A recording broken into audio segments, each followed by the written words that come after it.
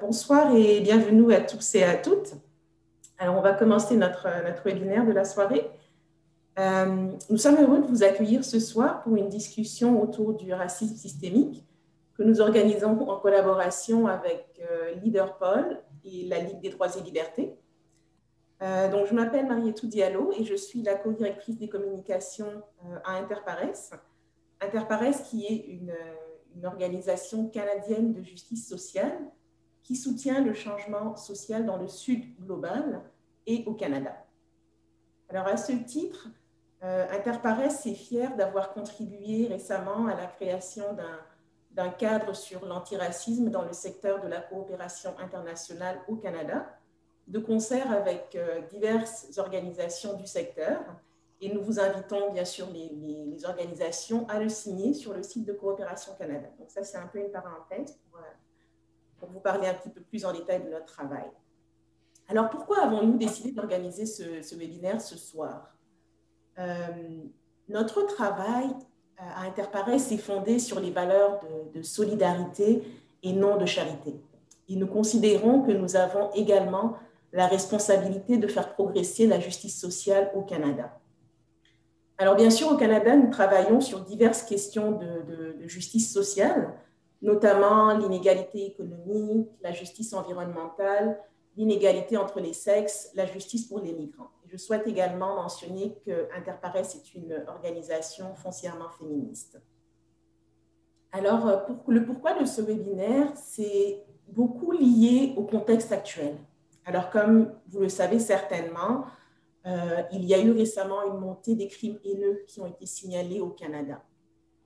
Par ailleurs, tout le contexte mondial aujourd'hui, les Black Lives Matter, la montée en puissance des groupes d'extrême droite un peu partout dans le monde, pas seulement en Amérique du Nord, plus particulièrement au Canada, les injustices multiples et répétées subies par les Canadiens et des Canadiennes racisées, nous ont amené à organiser ce webinaire en février en reconnaissance et en honneur du mois de l'histoire des Noirs. Alors, nous sommes dans un moment, si vous voulez, où il faut vraiment ouvrir le débat et oser parler de racisme systémique.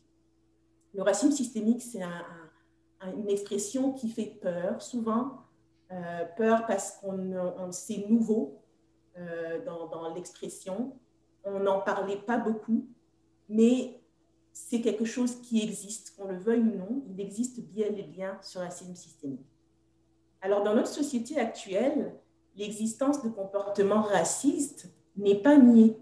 On le sait tous, tout le monde le sait, que le racisme existe. Mais le racisme systémique, c'est quelque chose qui est beaucoup plus insidieux et qui peut être difficile à percevoir.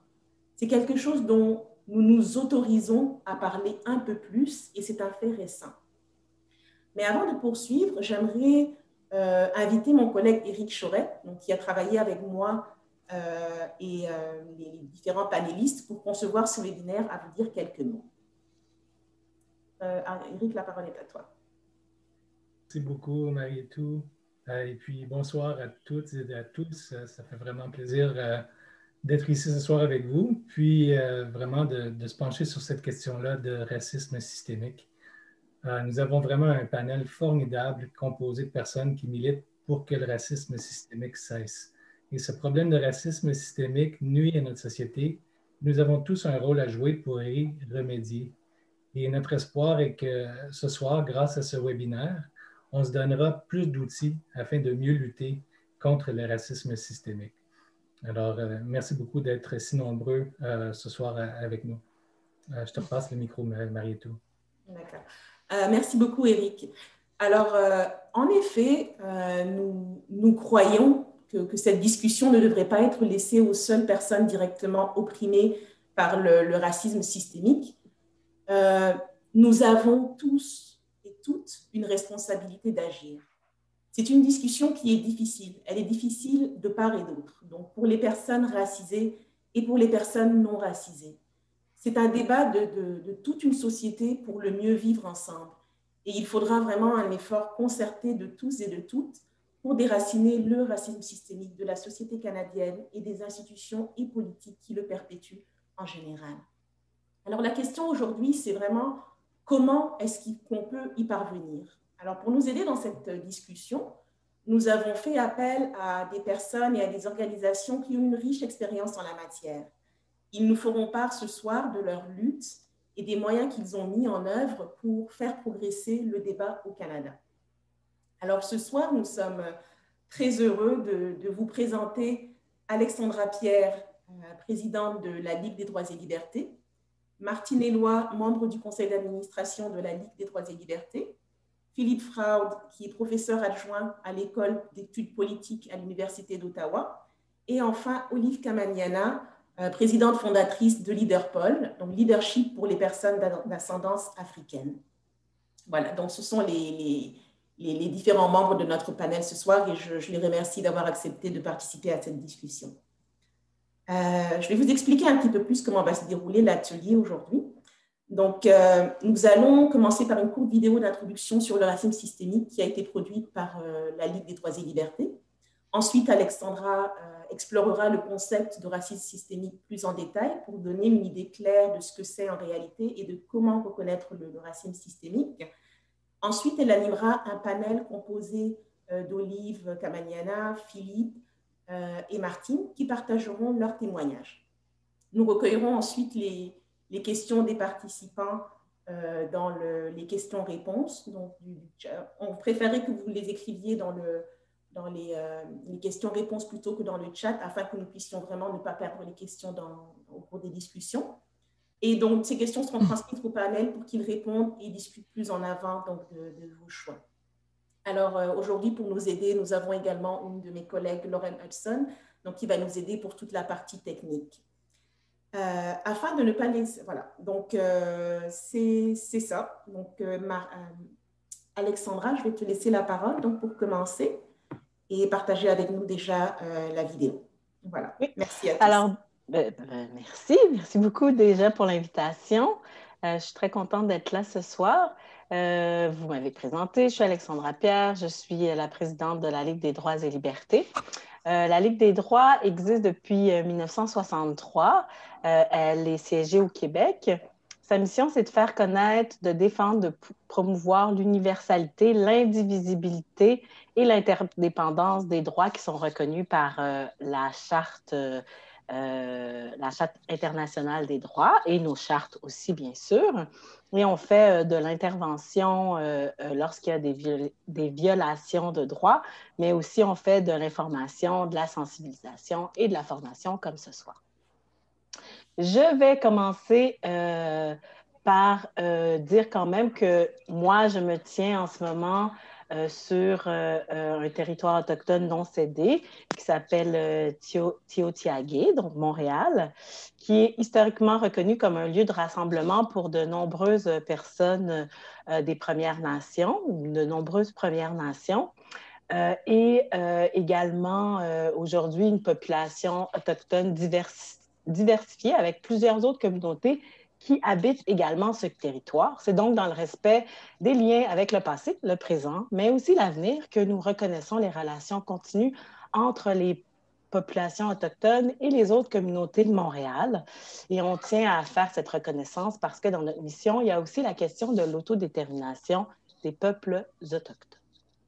Sur ce, je vais partager avec vous un petit vidéo et ensuite, je vais commencer ma présentation sur le racisme systémique. C'est parti.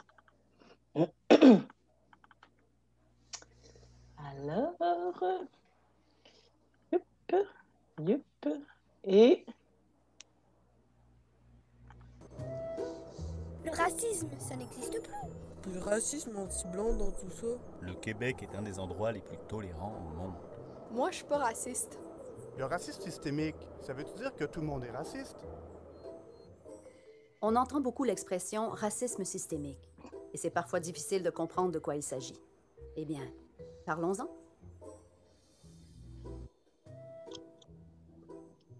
Quand on pense au racisme, on pense à quoi? On pense presque tout de suite aux insultes ou aux préjugés. Mais ce n'est que la pointe de l'iceberg. Sous la surface se cache un système beaucoup plus complexe. Le racisme est un système qui crée et maintient des inégalités entre les personnes blanches et les personnes racisées.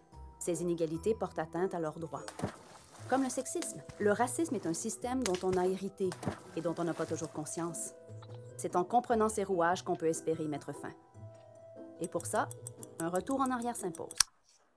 Depuis le 16e siècle, les grands empires coloniaux ont utilisé les théories pseudo-scientifiques sur les races humaines et la soi-disant mission civilisatrice de l'homme blanc pour justifier la colonisation des autres continents.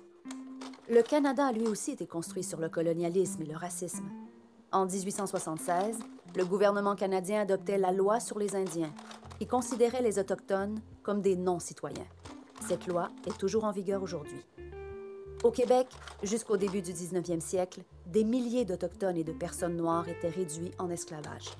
Jusque dans les années 50, on enseignait encore dans les écoles du Québec qu'il existait 4 races humaines et que la race blanche était la plus évoluée. Entre les années 1930 et 1980, au Québec, plus de 10 000 enfants ont été placés de force dans les pensionnats autochtones pour tuer l'Indien en eux. Le racisme fait donc partie intégrante de notre histoire. Aujourd'hui, le racisme continue de se manifester dans les lois, les politiques publiques, l'économie, la langue, la culture, et il engendre plusieurs inégalités. Par exemple, à Montréal, les personnes racisées ont 4 à 5 fois plus de chances d'être interpellées par la police que les personnes blanches. Les Autochtones représentent 23 % des détenus en prison fédérale, alors qu'ils ne représentent que 4 % de la population canadienne. Depuis des décennies au Canada, des milliers de femmes et de filles autochtones sont assassinées ou disparaissent. À Montréal, les noms de famille à consonance franco-québécoise ont 60 % plus de chances d'être appelés en entrevue que ceux à consonance africaine, asiatique, arabe ou latino-américaine. Les quartiers où on trouve la plus forte proportion de personnes racisées sont les plus pauvres, et ceux où il y a moins d'accès aux services, au commerce, aux transports en commun. Les personnes racisées ont plus de difficultés à se trouver un logement. Elles occupent seulement 3 % des postes de haute direction et de conseil d'administration. Elles sont largement exclues des médias, des productions culturelles et artistiques. Et quand elles sont présentes, c'est le plus souvent de manière caricaturale. Toutes ces inégalités se renforcent les unes les autres et font partie d'un système plus large. C'est ça, le racisme systémique. Chacun d'entre nous, vous, moi, on fait partie de ce système. Donc, on peut faire quelque chose pour le changer, individuellement et collectivement. On peut reconnaître que le racisme systémique est un problème, écouter les personnes qui le subissent, et mettre de l'avant leur expérience, être ouvert aux critiques, prendre conscience de nos privilèges et préjugés.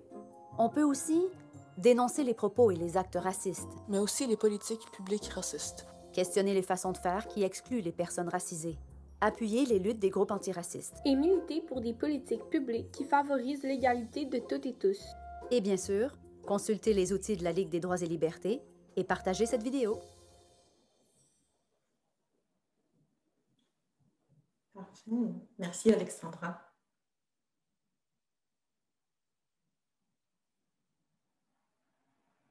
On ne t'entend plus. Désolée, des mois de Zoom et on est toujours à chercher les boutons.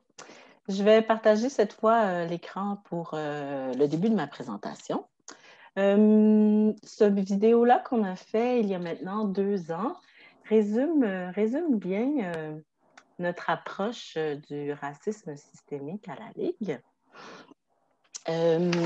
Donc, pour nous, on aime bien commencer par la base, notamment l'origine du mot race qui suscite toutes sortes de réactions. Puis ça va nous amener aussi à l'origine du racisme, finalement. Le mot race, comme le racisme en quelque sorte, est apparu à l'époque de la colonisation, comme le disait la vidéo. Évidemment, ce mot race a longtemps été associé à une réalité biologique. On sait maintenant que cette réalité biologique n'est pas vraie, qu'il n'y a qu'une race humaine, mais le mot race et le concept de race a continué à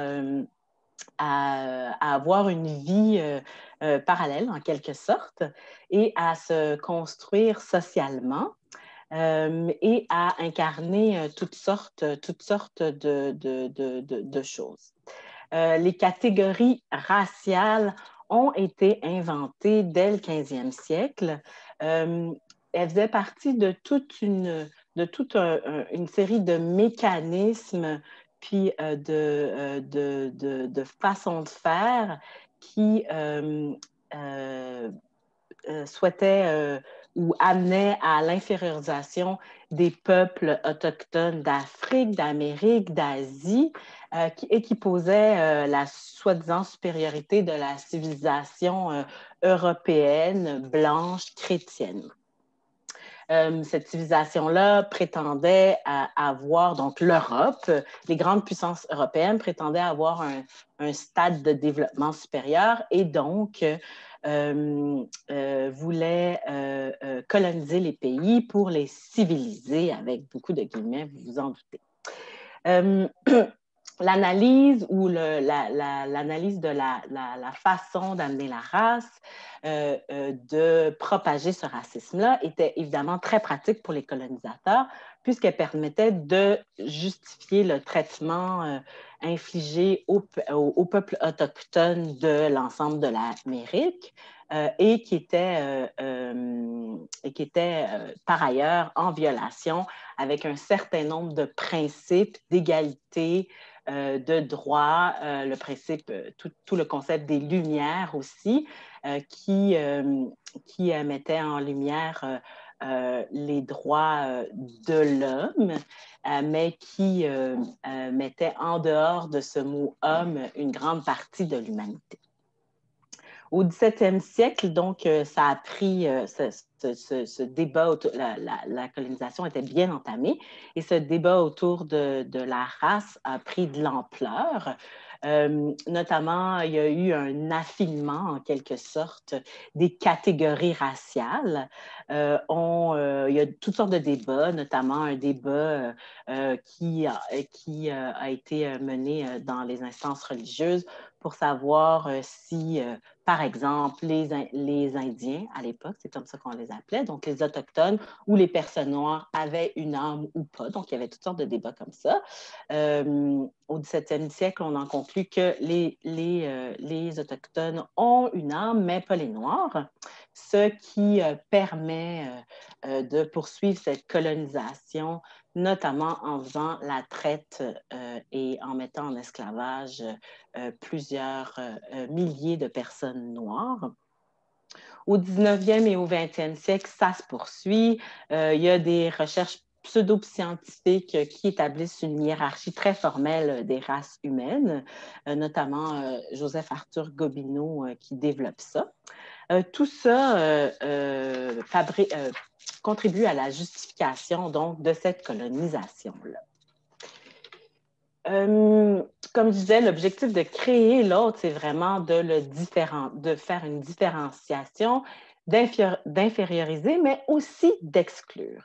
Cette construction de l'autre-là, on l'a bien dit, elle est basée sur des traits, mais elle est en aucun cas, elle a en aucun cas une base biologique. C'est bien un processus historique, idéologique, qui vise à attribuer une signification particulière à des traits pour différencier, inférioriser et exclure. Très concrètement, ça veut dire conquérir des territoires, avoir de la main-d'œuvre pour exploiter ces territoires-là, donc s'emparer du territoire des personnes autochtones, en faire de la main-d'œuvre, tout comme les populations noires. Et par la suite, toutes sortes de mécanismes pour faire en sorte que les personnes, notamment les personnes racisées qui viennent sur ce territoire-là, soient exploitées en même temps qu'ils exploitent le territoire. Et là, c'est intéressant de dire qu'il y a vraiment une convergence entre l'exploitation du territoire et une certaine destruction écologique aussi, l'exploitation du territoire, l'exploitation d'êtres qu'on considère comme inférieurs aussi. Donc, tout ça va de pair. Donc, il y a cette façon de développer cette catégorisation des races humaines. On l'a vu dans la vidéo. On en a un petit extrait ici d'une encyclopédie en 1954 sur cette hiérarchisation des différents peuples de la Terre. Et ici, au Canada, au Québec, c'est aussi très concret. Ça se passe partout dans les Amériques, d'abord, et ensuite, cette colonisation s'étend aux différents continents. Mais ici, ça se concrétise notamment par la loi sur les Indiens, qui font des personnes autochtones, des non-citoyens, placés dans des réserves avec un traitement clairement différencié, avec la perspective de les faire disparaître pour pouvoir continuer à s'accaparer leur territoire. Les personnes autochtones ont toujours résisté et continuent de le faire à cette colonisation-là. Et c'est pour ça qu'il y a eu, c'est d'ailleurs pour ça qu'il y a eu notamment différentes politiques d'assimilation, mais aussi de tentatives de les faire disparaître. Par exemple, un exemple très concret, entre 1930 et 1980, donc c'est assez récent quand même, il y a plus de 10 000 enfants qui ont été placés dans des pensionnats. Il y a aussi des enfants autochtones, donc 10 000 enfants autochtones. Il y a aussi des enfants autochtones qui ont été kidnappés lors de différents séjours dans les hôpitaux au Québec, au Canada. Je connais un petit peu mieux la situation au Québec, qui ont été soit donnés en adoption dans des familles blanches, assimilation, ou soit été enlevés et mis dans des institutions sans évidemment, l'aval de leurs parents et parfois même sans que les parents le sachent. Donc, en ce moment, au Québec, il y a des démarches pour que des parents autochtones puissent retrouver leurs enfants ou des ancêtres qui ont disparu de cette façon-là en étant enfants. Il y a aussi eu une des histoires qu'on raconte moins aussi au Québec et au Canada. Il y a eu aussi, dès le début du 19e siècle, même avant d'ailleurs, petite erreur, des milliers d'Autochtones et de personnes noires qui ont été mises en esclavage sur ce territoire et toutes sortes aussi d'autres traitements différenciés à ce sujet. J'aimerais vous partager un petit sondage. J'aimerais que vous participiez à un petit test sur ce qui s'est passé ou pas au Québec. Si on pouvait mettre le sondage. Donc, je vous demanderais de répondre à ces questions-là. Est-ce que c'est possible de le partager ou il faut que j'enlève mon écran? Non. Est-ce que c'est celui sur le racisme systémique? Non, c'est celui sur les différents événements. OK. Ouais. Oui, super. Donc, ce que je vous demande, c'est parmi ces éléments, lesquels se sont produits au Canada et au Québec? Bon, je vous ai donné quelques indices, mais il y en a d'autres qui sont intéressants. Alors, vous pouvez participer maintenant et on va discuter des questions par la suite. On laisse quelques minutes pour voter? Oui, quelques secondes. On peut voir la progression du vote. Oui.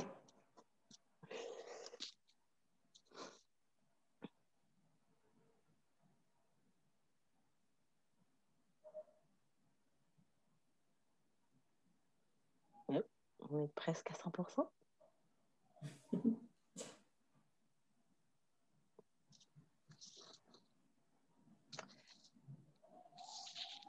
Alors, ces questions sont intéressantes dans le sens, c'est moi qui les ai faites, évidemment, mais aussi dans le sens où est-ce que y a des choses qui sont très similaires dans les territoires qui ont été colonisés par les puissances européennes, que ce soit le reste de l'Amérique, donc Amérique du Sud, Amérique centrale, que ce soit par exemple les aborigènes d'Australie ou en Afrique subsaharienne. Donc, l'idée de ce sondage-là, c'est vraiment de voir qu'est-ce qui s'est passé au Québec-Canada. Je vais le fermer. C'est vraiment un petit exercice, puis on va passer à travers ces questions-là. Alors, l'enlèvement d'enfants autochtones pour les donner en adoption ou les mettre sous la tutelle de l'État, je l'ai dit. 99% des gens ont dit que ça s'était vraiment passé au Québec. Une taxe d'entrée imposée aux immigrants chinois. Donc, ça aussi, c'est quelque chose qui s'est passé au Canada. Donc, au début au début du 19e siècle, il y avait une taxe qui était imposée aux immigrants chinois, ce qui fait que, donc, l'idée, c'était, il y avait toute une politique autour de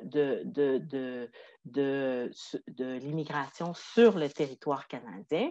Les politiques jusqu'au début des années, jusqu'à la fin des années 70, où est-ce qu'une politique d'immigration basée sur les compétences et la maîtrise de la langue essentiellement, là, grosso modo, a été mise sur place. Jusqu'à ce moment-là, clairement, la politique d'immigration du Québec et du Canada avait été développée pour faire en sorte que le Canada soit un Canada blanc et chrétien. Donc, il y a eu toutes sortes de politiques, dont cette taxe imposée aux immigrants et immigrantes chinois qui stipulait que ces immigrants devraient payer une taxe d'à peu près 50 $, qui était une somme énorme à l'époque.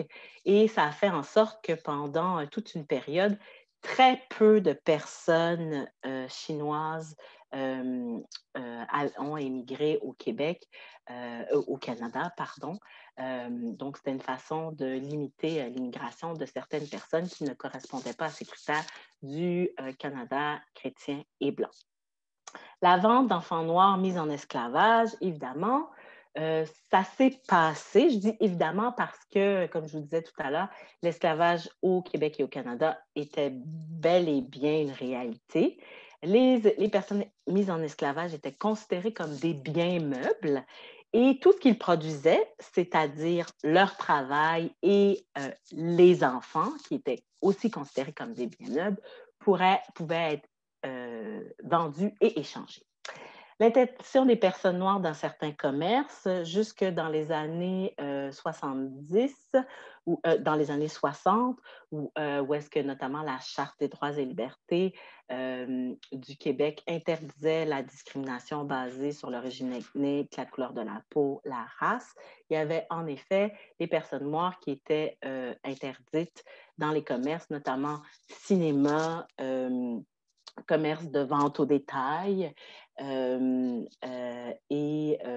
sait que, par exemple, à l'Expo, lorsqu'il y a eu l'Expo à la fin des années 60 au Québec, l'exposition universelle, certaines personnes noires se sont fait interdire l'entrée à l'Expo.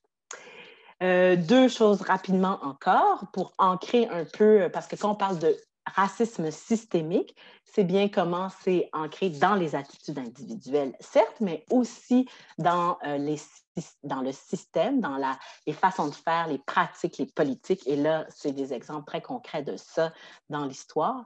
Deux exemples qu'on connaît moins. Il y a eu des tests médicaux qui ont été faits au Canada sur des enfants autochtones, donc toute une recherche qui a été faite dans les années 40 et 50 sur la malnutrition. Donc, dans les pensionnats autochtones, les enfants autochtones vivaient dans des conditions épouvantables, étaient mal nourris. Et il y a des chercheurs qui ont décidé plutôt que d'inciter les pensionnats à mieux nourrir les enfants autochtones, qui ont fait des tests pour voir comment la malnutrition avait un effet sur les enfants pour pouvoir extrapoler ça sur d'autres populations humaines. Et de même pour les lois empêchant les personnes provenant du sud-est de l'Asie d'immigrer au Canada. Voilà. Il y avait la dernière, peut-être très, très, très rapidement. Ça, je trouve que c'est un exemple super intéressant aussi. Afriqueville, qui est un village une ville près d'Halifax dans les Maritimes. Dans ce village qui est devenu ville, des personnes noires ont été en fait chassées d'Halifax. Ils ont créé ce village et ce village a été pendant des années dépourvu de services municipaux et tour à tour, on leur a imposé un chemin de fer bruyant et qui nécessitait de détruire une partie du village, une prison, un site d'élimination des matières fécales et un hôpital spécialisé dans les maladies infectieuses.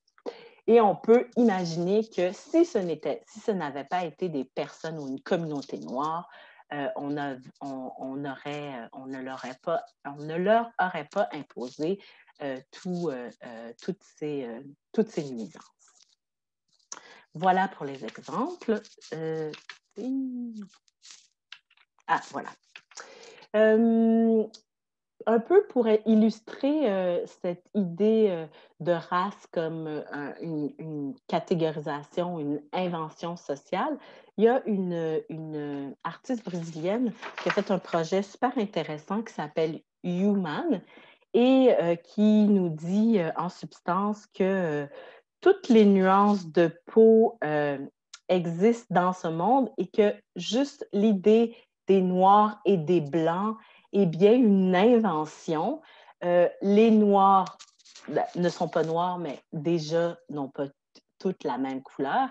Et on voit toute une nuance de blanc aussi, ou de beige, de personnes avec des teintes très différentes, d'ailleurs des teintes qui se ressemblent parfois et qui sont catégorisées de manière bien différente malgré des apparences similaires de peau. Visuellement, c'est vraiment intéressant à voir. Donc, je disais, la race ne correspond pas à une réalité biologique. Habituellement, quand on pense à la race et au racisme, on pense à des commentaires injurieux, dégradants, des cas de discrimination directe en lien avec cette idée qu'on a de la race. Ces phénomènes existent. On peut dire que le racisme, c'est ses comportements, mais c'est aussi un traitement plus largement différent qu'on fait aux personnes racisées, qui peut être exercé certes par un individu, mais aussi par une organisation. Et c'est là qu'on rentre notamment dans la question de racisme systémique. Il faut, avant de plonger rapidement dans cette notion de racisme systémique, il faut dire que cette notion de racisme a évolué, continue d'évoluer. Avant, c'était vraiment basé sur des théories biologiques. Maintenant, on est plus sur un racisme qu'on dit culturel, c'est-à-dire qu'on attribue à des groupes une certaine culture qui est essentialisée, qui est prise en bloc, qui est souvent fantasmée, qui serait par définition inférieure ou dangereuse à une autre culture, souvent la culture majoritaire. Et ce racisme culturel est projeté sur des personnes, qu'elles soient ou non, qu'elles appartiennent ou non de façon réelle ou non à ces groupes-là. Un exemple très concret qu'on a vécu pendant la COVID, il y a beaucoup de personnes autochtones qui se sont faites interpeller en pensant qu'elles étaient d'origine asiatique et qui se sont faites insulter, qui se sont faites harceler en disant vous êtes porteur du COVID,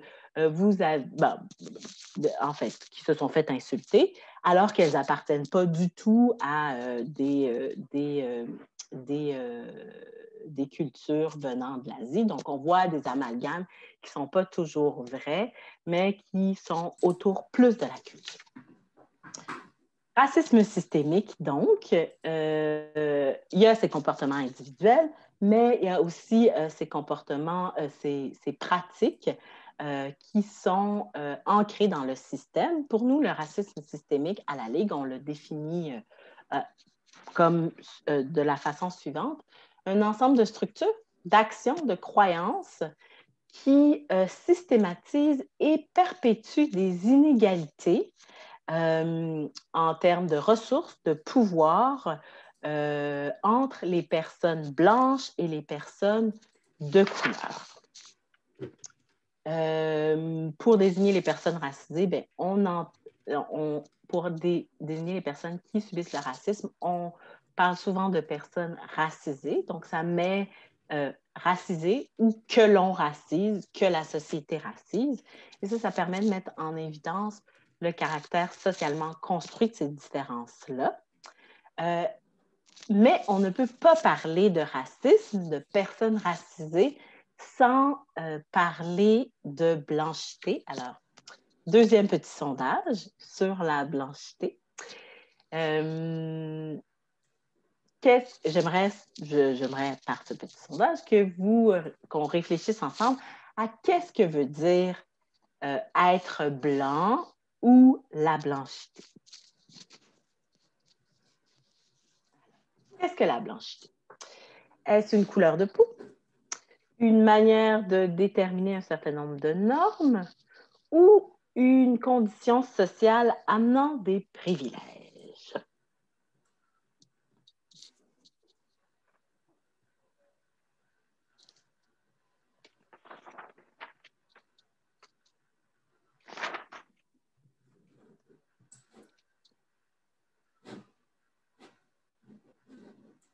On va laisser une petite minute pour répondre.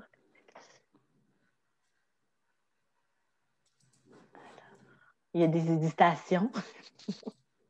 C'est intéressant de voir l'évolution du sondage. Alors, je le ferme. 4% ont répondu une couleur de peau. 9% une manière de déterminer des normes et 87% une condition sociale amenant des privilèges. Alors, la blanchité n'est pas une couleur de peau, on l'a dit tout à l'heure, on l'a vu très bien visuellement avec le travail de cet artiste visuel.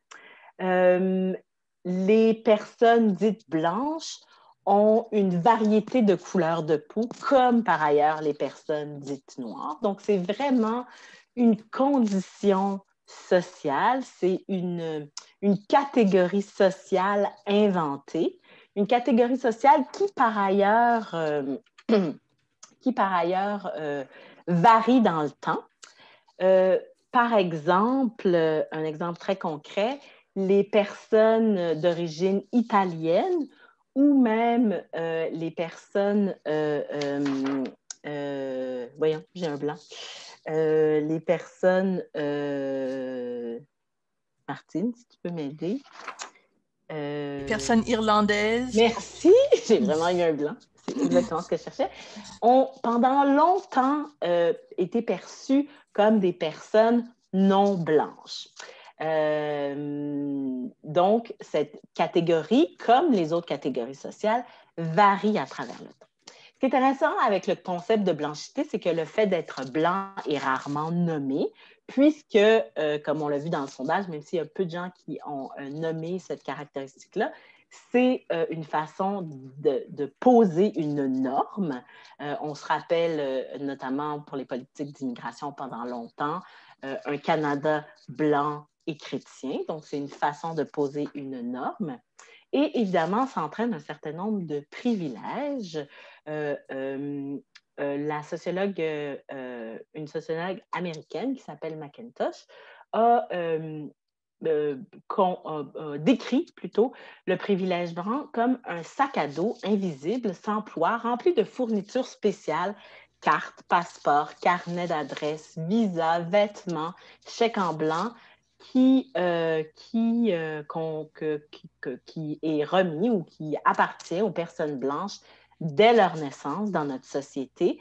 Elles reçoivent ce sac à dos sans aucun égard à qui elles sont, c'est-à-dire ça n'a rien à voir avec leur personnalité, leur talent, c'est juste un sac à dos qu'elles ont et que les personnes non blanches n'ont pas et qui leur ouvrent des portes constamment tout au long de leur vie sans nécessairement qu'elles s'en rendent compte. Quelques petits exemples là-dessus. Et je vais terminer cette première partie.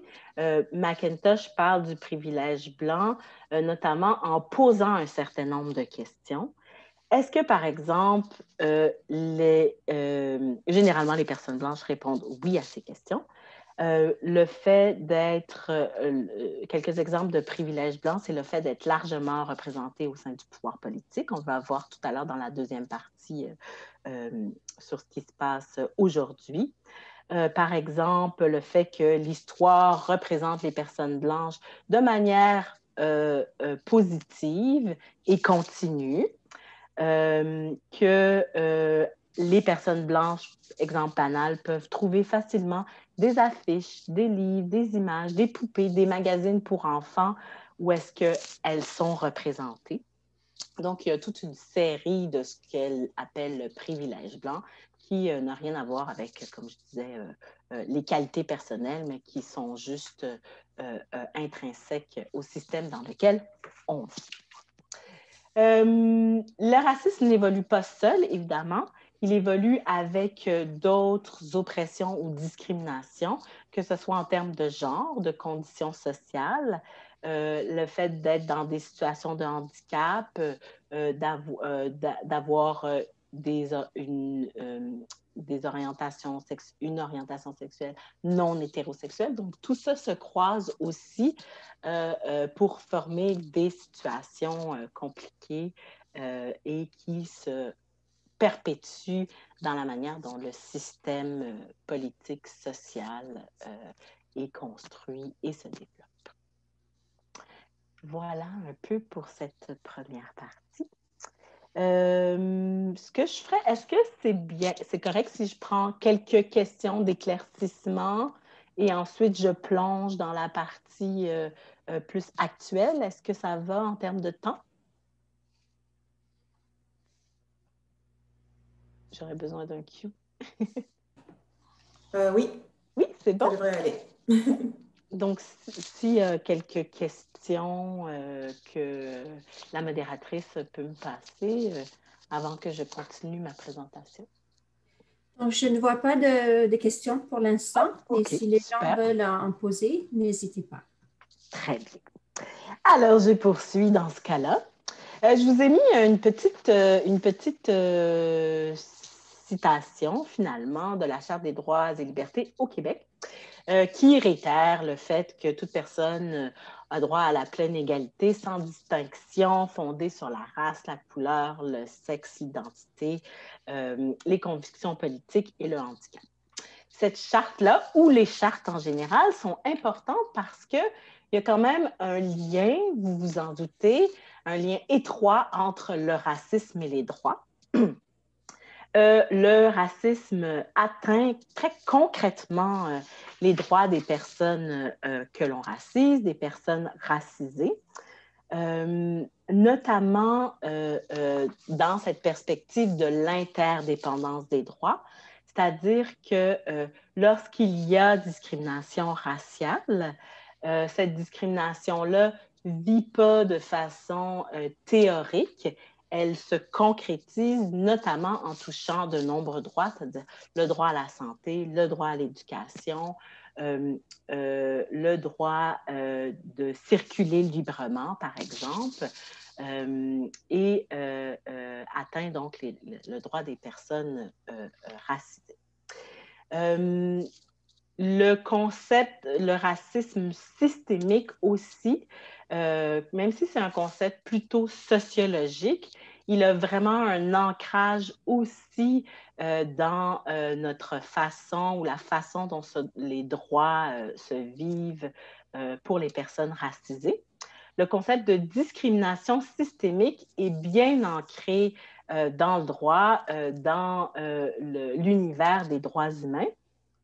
On peut penser notamment, quand on parle de discrimination systémique basée sur le sexe et le genre, c'est établi que les femmes, les personnes trans, les personnes non-binaires subissent des discriminations qui sont ancrées dans le système.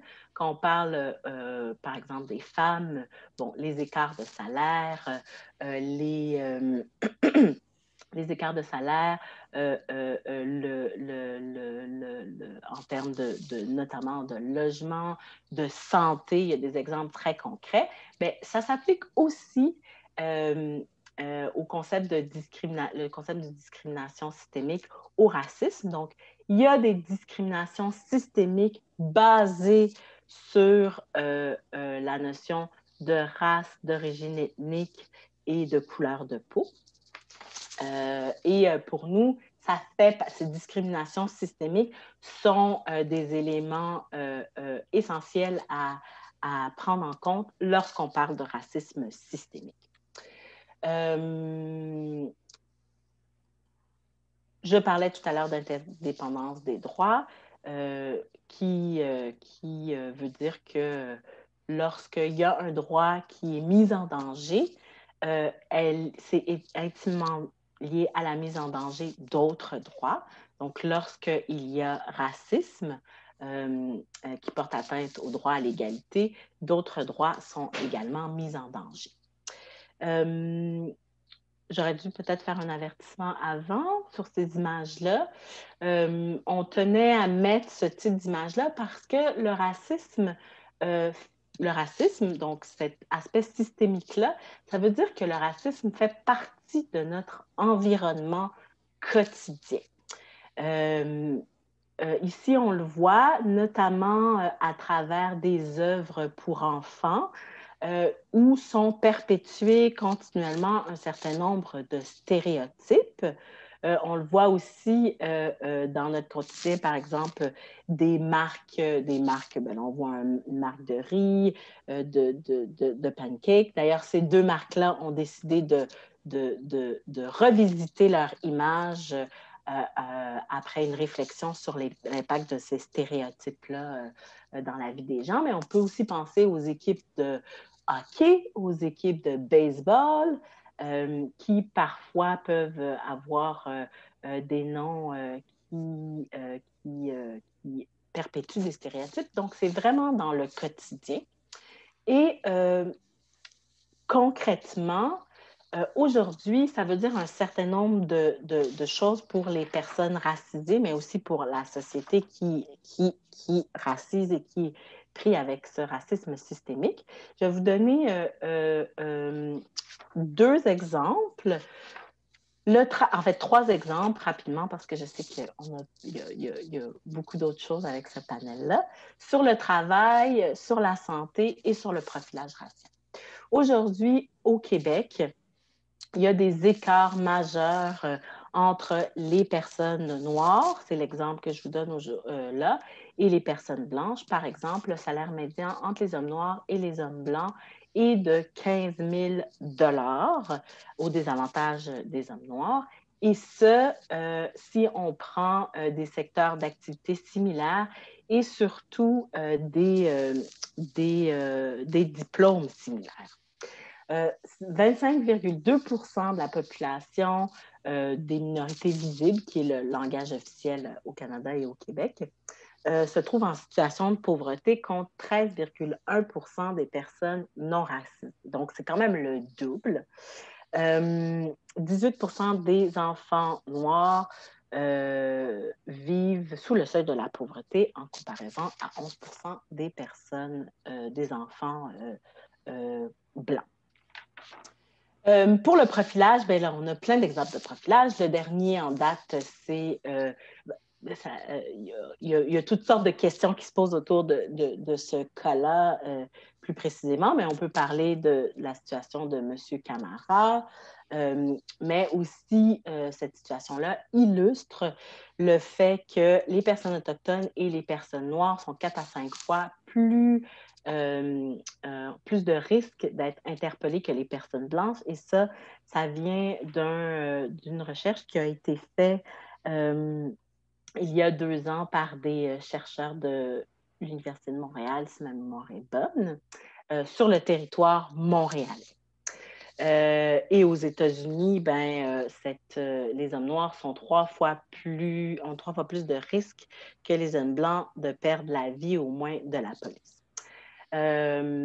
Contrairement à ce qu'on peut croire sur le profilage racial, l'écart entre la situation au Canada et aux États-Unis n'est pas si grand que ça. On a, du moins pour le profilage, on a tendance beaucoup à regarder du côté des États-Unis, notamment avec ce qui s'est passé avec George Floyd, etc. Puis cette longue histoire de profilage et de mort des personnes racisées, des personnes noires aux mains de la police.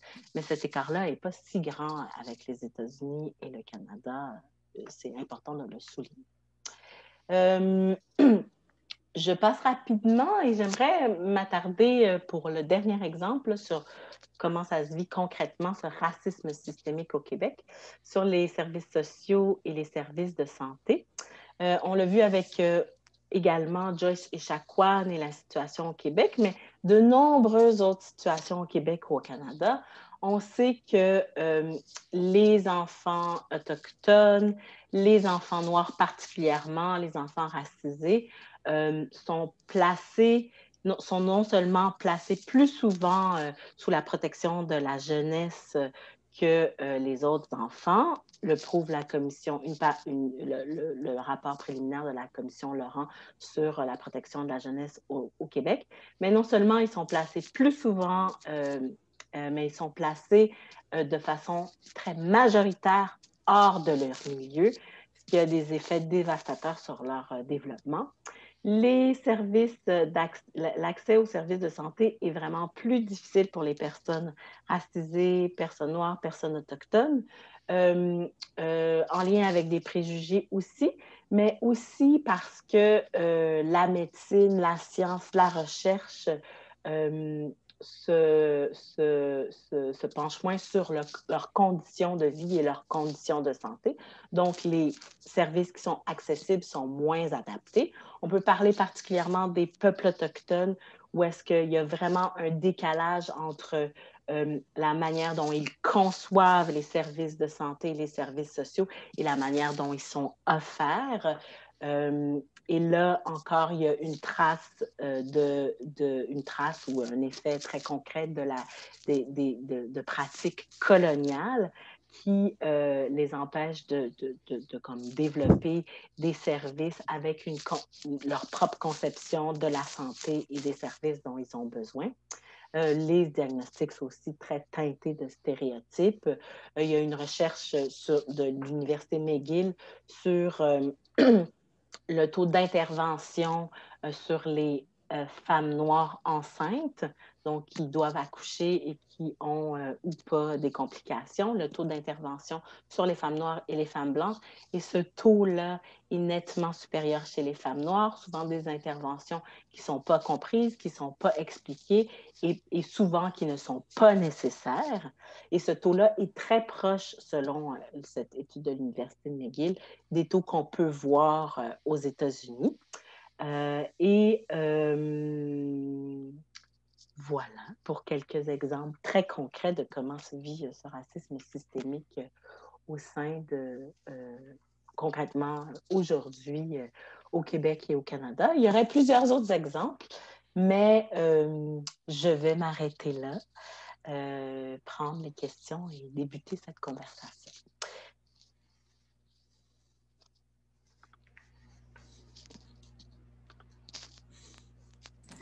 Merci Alexandra pour cette présentation. Il me semble qu'on a déjà 2 questions dans le Q&A. Est-ce que tu voudrais répondre ou c'est des questions qu'on peut poser à tous les panélistes? Oui, est-ce que tu les vois, les questions, Alexandra? Oui, je les vois.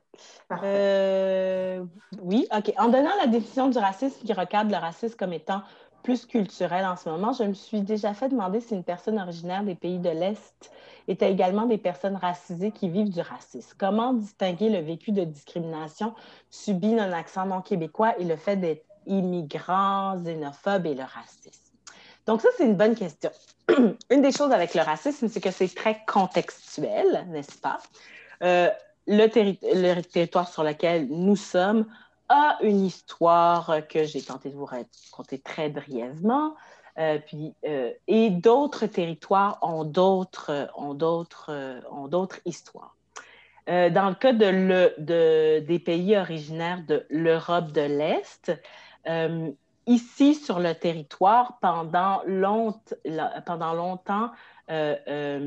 notamment pour les personnes, je ne sais pas si c'est à ça que vous faites référence, pendant longtemps et encore aujourd'hui, en Europe et au Canada, les personnes roms ont subi du racisme systémique dans l'Europe de l'Est. Elles étaient considérées comme des personnes racisées ici. Donc, elles ont subi ce racisme-là à ce titre. Puis, on a souvent cette question-là de, par exemple, le fait d'avoir un accent, le fait de venir, de subir des préjugés, notamment quand on est français. Il y a des gens qui posent la question, ben moi, je suis français. Quand je suis arrivée ici, j'ai eu toutes sortes de préjugés, toutes sortes de... ce qu'il faut savoir avec le racisme systémique, c'est évidemment l'expérience, mais c'est aussi les conditions matérielles concrètes de vie. Il n'y a pas de statistiques de recherche qui nous disent, si on prend cet exemple, par exemple, que les Français considérés comme blancs ont un taux de chômage plus grand, ont de la difficulté à se trouver du logement, font face à du racisme dans les systèmes de santé. Donc, c'est très important tel que le conçoit la Ligue, c'est très important dans ce concept de racisme systémique de certes prendre l'expérience vécue des gens, mais aussi leurs conditions concrètes et matérielles. L'autre question. Qu'est-ce qu'on peut dire quand on parle de placement hors milieu pour être sûr de comprendre?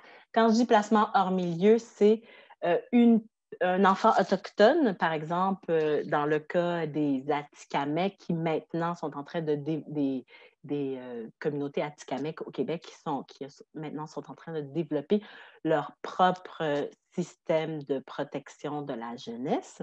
Mais dans le cas des enfants Atikamekw, ce qu'on se rend compte, c'est que la plupart des enfants Atikamekw étaient placés dans des familles blanches.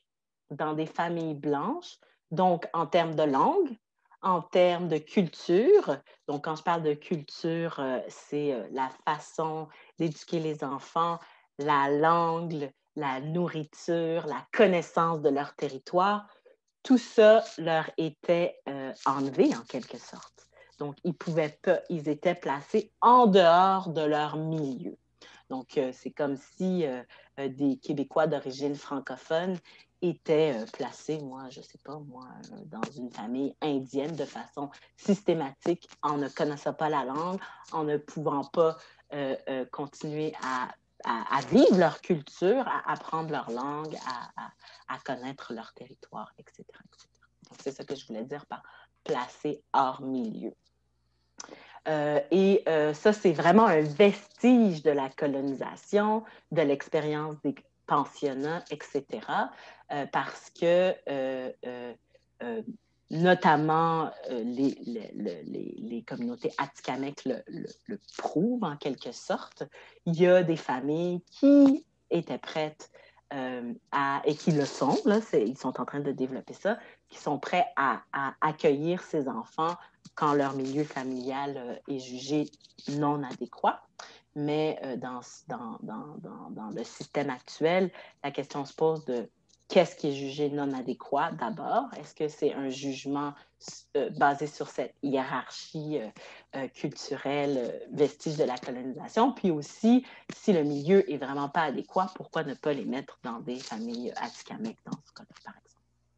Voilà. Étant une forme d'esclavage moderne, savez-vous s'il y a une forme de racisme présent dans le trafic sexuel d'humains actuel au Canada? J'ai entendu parler d'un grand pourcentage de personnes trafiquées, un grand pourcentage de personnes trafiquées sont autochtones au Canada. Que pourrait expliquer cela? Sur le trafic humain ou sexuel, je n'oserais pas me prononcer. Par contre, sur le trafic des personnes autochtones, peut-être 2 mots, mais c'est en toute modestie, je ne connais pas super bien ce dossier-là.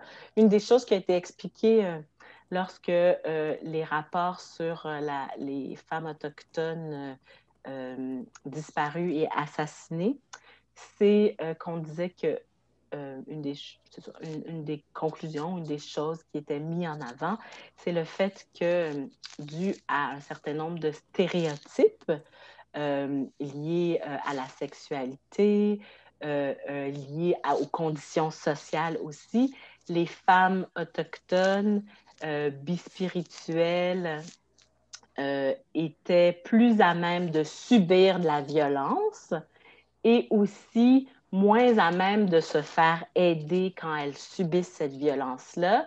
Puis les rapports au Québec et au Canada disaient aussi que la police était moins enclin à agir de façon diligente sur ce type de dossier-là. Donc, pour moi, il y a quand même même si je le dis en toute modestie, puis je ne connais pas super bien ce dossier du trafic sexuel d'humains, pour moi, il y a quand même un lien entre le fait que les femmes autochtones et les femmes bispirituelles peuvent être plus trafiquées sur la base de stéréotypes-là et que ces trafics sont peut-être plus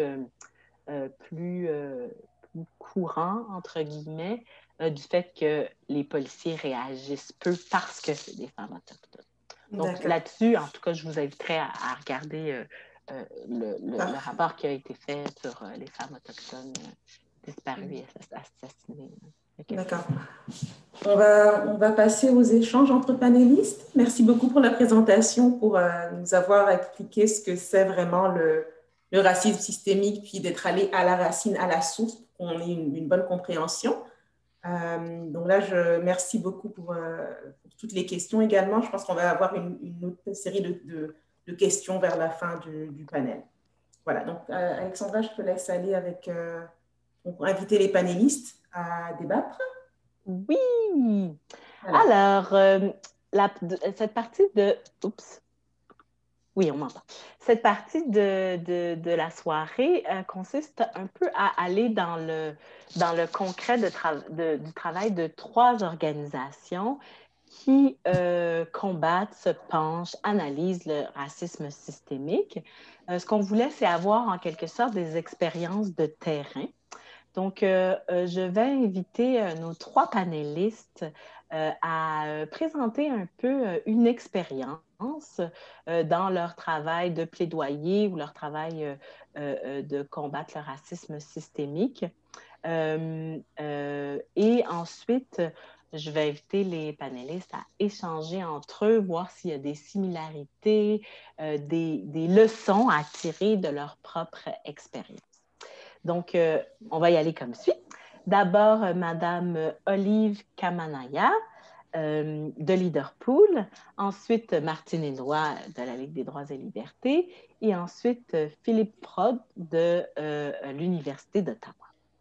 Donc, Madame Kamanaya, désolée pour la prononciation, je vous invite à nous partager un peu l'expérience de Leaderpool. Alors, je vous remercie beaucoup. J'espère que vous m'entendez très bien. Oui. Merci Alexandra de cette belle présentation et surtout, quelle belle idée que Interpares, Leaderpool et la Ligue des droits et libertés, nous mettions ensemble pour discuter de ce sujet. Alors, mon expérience, comme ça a été bien dit, c'est de vous présenter une solution au racisme systémique en vous présentant Leaderpool.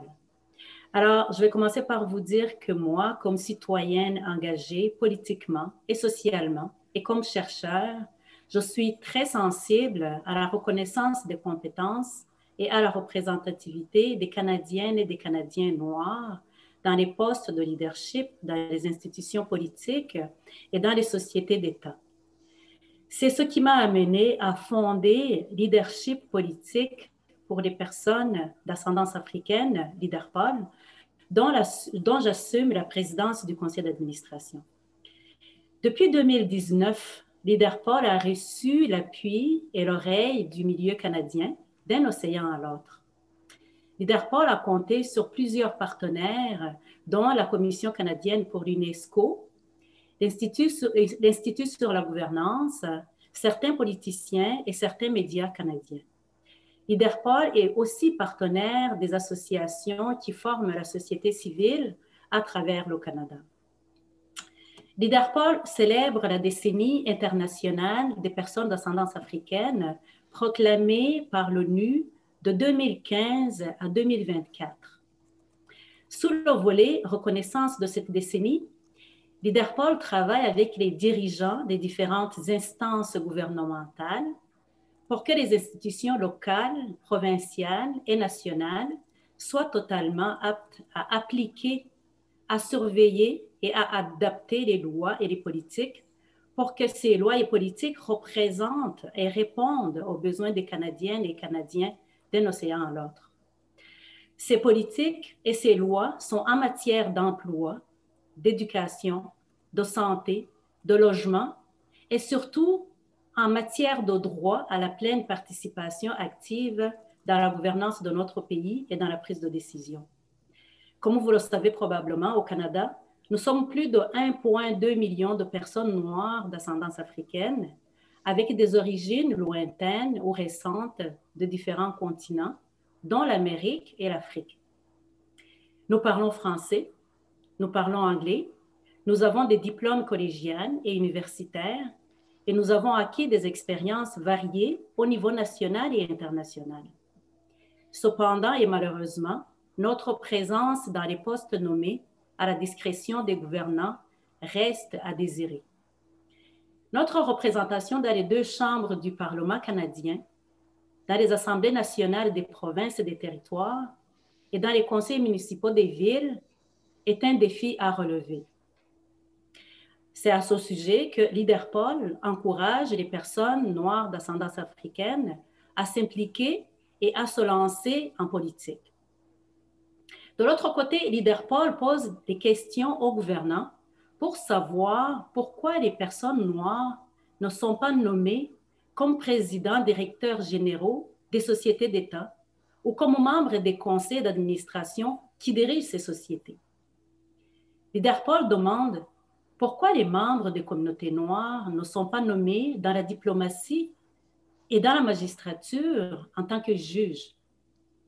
Pourquoi ne sommes-nous pas visibles à la télévision comme chefs d'antenne et dans les premiers rôles dans les téléséries à travers le Canada?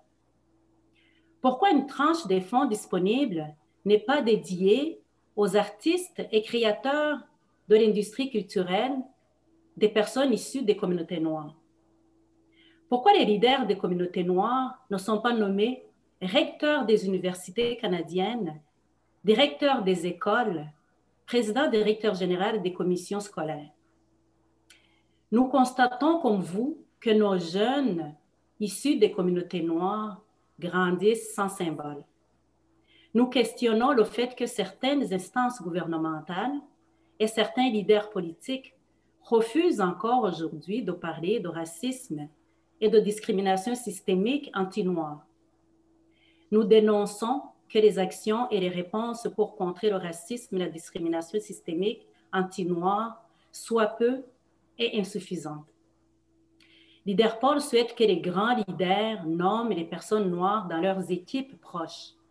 Quand on parle de grands leaders, on parle des équipes autour de la gouverneure générale, par exemple, autour du premier ministre du Canada, autour des ministres des provinces et des territoires, dans les cabinets des députés et autour des membres des conseils municipaux.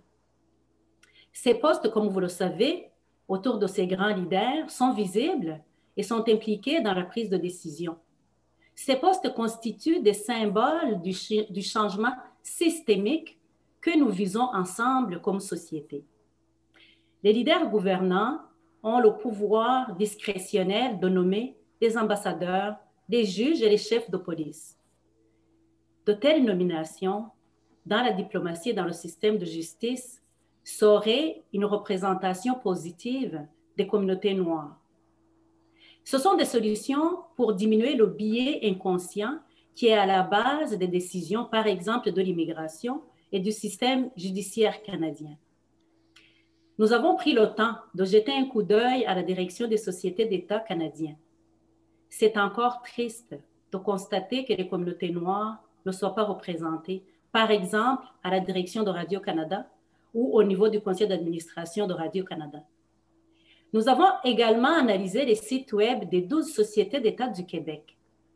Les résultats sont désolants en termes de représentativité des communautés noires. Nous avons fait l'analyse aussi de la gouvernance, par exemple, de la ville de Gatineau en février 2020.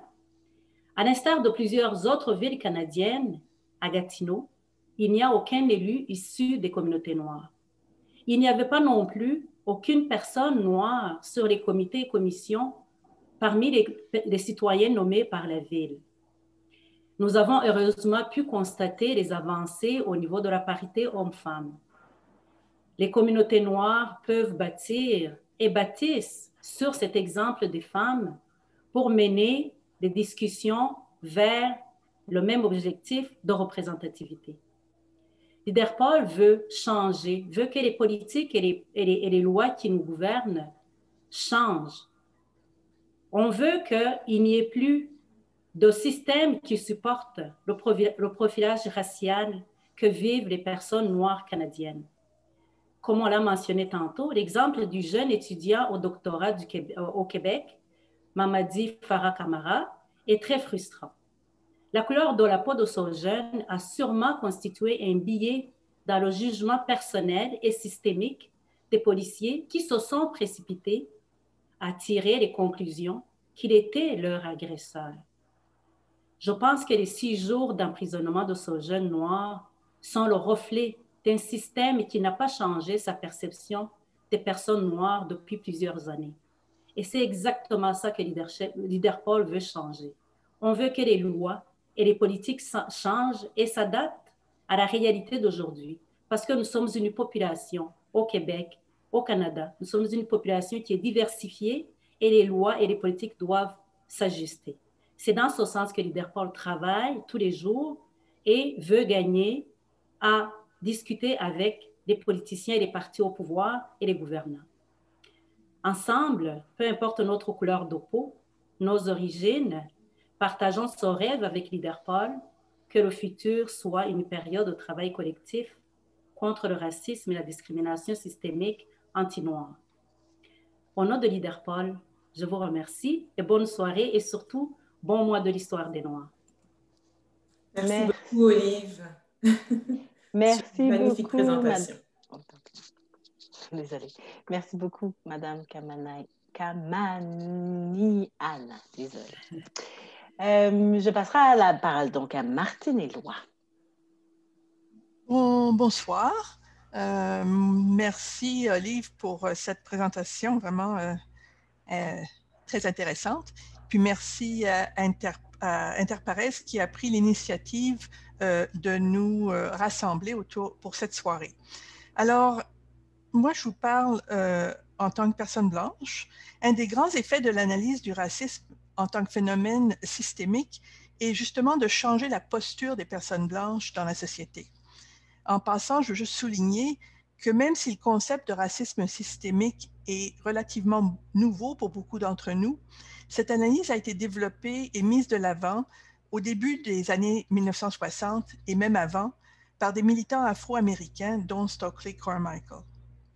L'approche du racisme systémique met en lumière que nous participons tous et toutes, soit par nos actions ou par notre inaction, à ce système et que nous avons donc la responsabilité d'agir pour changer les choses. Cela nous interpelle à être proactifs et à agir à différents niveaux, au niveau de nos relations personnelles, bien sûr, mais aussi au niveau des lieux d'intervention collective pour juguler les mécanismes, les pratiques et les structures qui participent à la perpétuation du racisme. Au fil des mois, plusieurs personnes se sont tournées vers la Ligue des droits et libertés avec la question suivante: combattre le racisme, oui, mais comment? Que pouvons-nous faire ou comment être alliés? Alors, on s'est penché sur la question et je vais vous présenter ce soir les grandes lignes de notre réflexion. Premièrement, il faut nommer le racisme systémique. Ça paraît élémentaire, mais c'est important. Pour rompre avec ce qu'on appelle l'approche des pommes pourries, comme s'il s'agissait de se débarrasser de quelques pommes pourries, tout en se fermant les yeux sur le reste, et hop, le problème serait réglé. Comme si se débarrasser de certains hommes agresseurs réglerait le problème du sexisme dans la société. Je vais faire un parallèle avec la lutte des femmes. À la fin des années 60, alors que le fait que les femmes étaient victimes de discrimination n'était pas reconnu et était même nié, c'est seulement après la publication du rapport de la commission Byrd, qui a documenté la discrimination dont étaient victimes les femmes, que les revendications des femmes ont commencé à avoir une écoute et que les avancées se sont multipliées.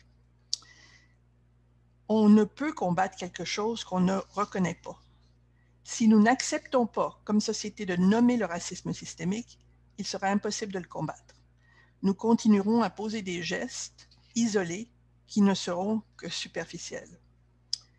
Donc, nommer le racisme est important, mais encore faut-il bien le nommer. Depuis quelques années, on a vu apparaître toute une myriade de termes qui sont utilisés de manière interchangeable dans le débat contre le racisme. On parle parfois de communautés culturelles, de minorités visibles, de personnes issues de la diversité, des immigrants, des victimes de discrimination et d'autres. Pourtant, n'appartenons-nous pas tous à un groupe culturel ou à un autre? La promotion de la diversité, de quoi parle-t-on? Diversité de genre, de sexe, de classe, de formation? Ou est-ce que ce serait un euphémisme pour non-blanc? Un programme d'aide à l'emploi de nouveaux immigrants, est-ce que ça va résoudre la discrimination en emploi vécue par des personnes racisées au Québec? On voit donc l'importance de nommer le racisme systémique. En fait, tous ces termes utilisés dans le contexte du racisme systémique cachent le racisme plus qu'ils ne le nomment.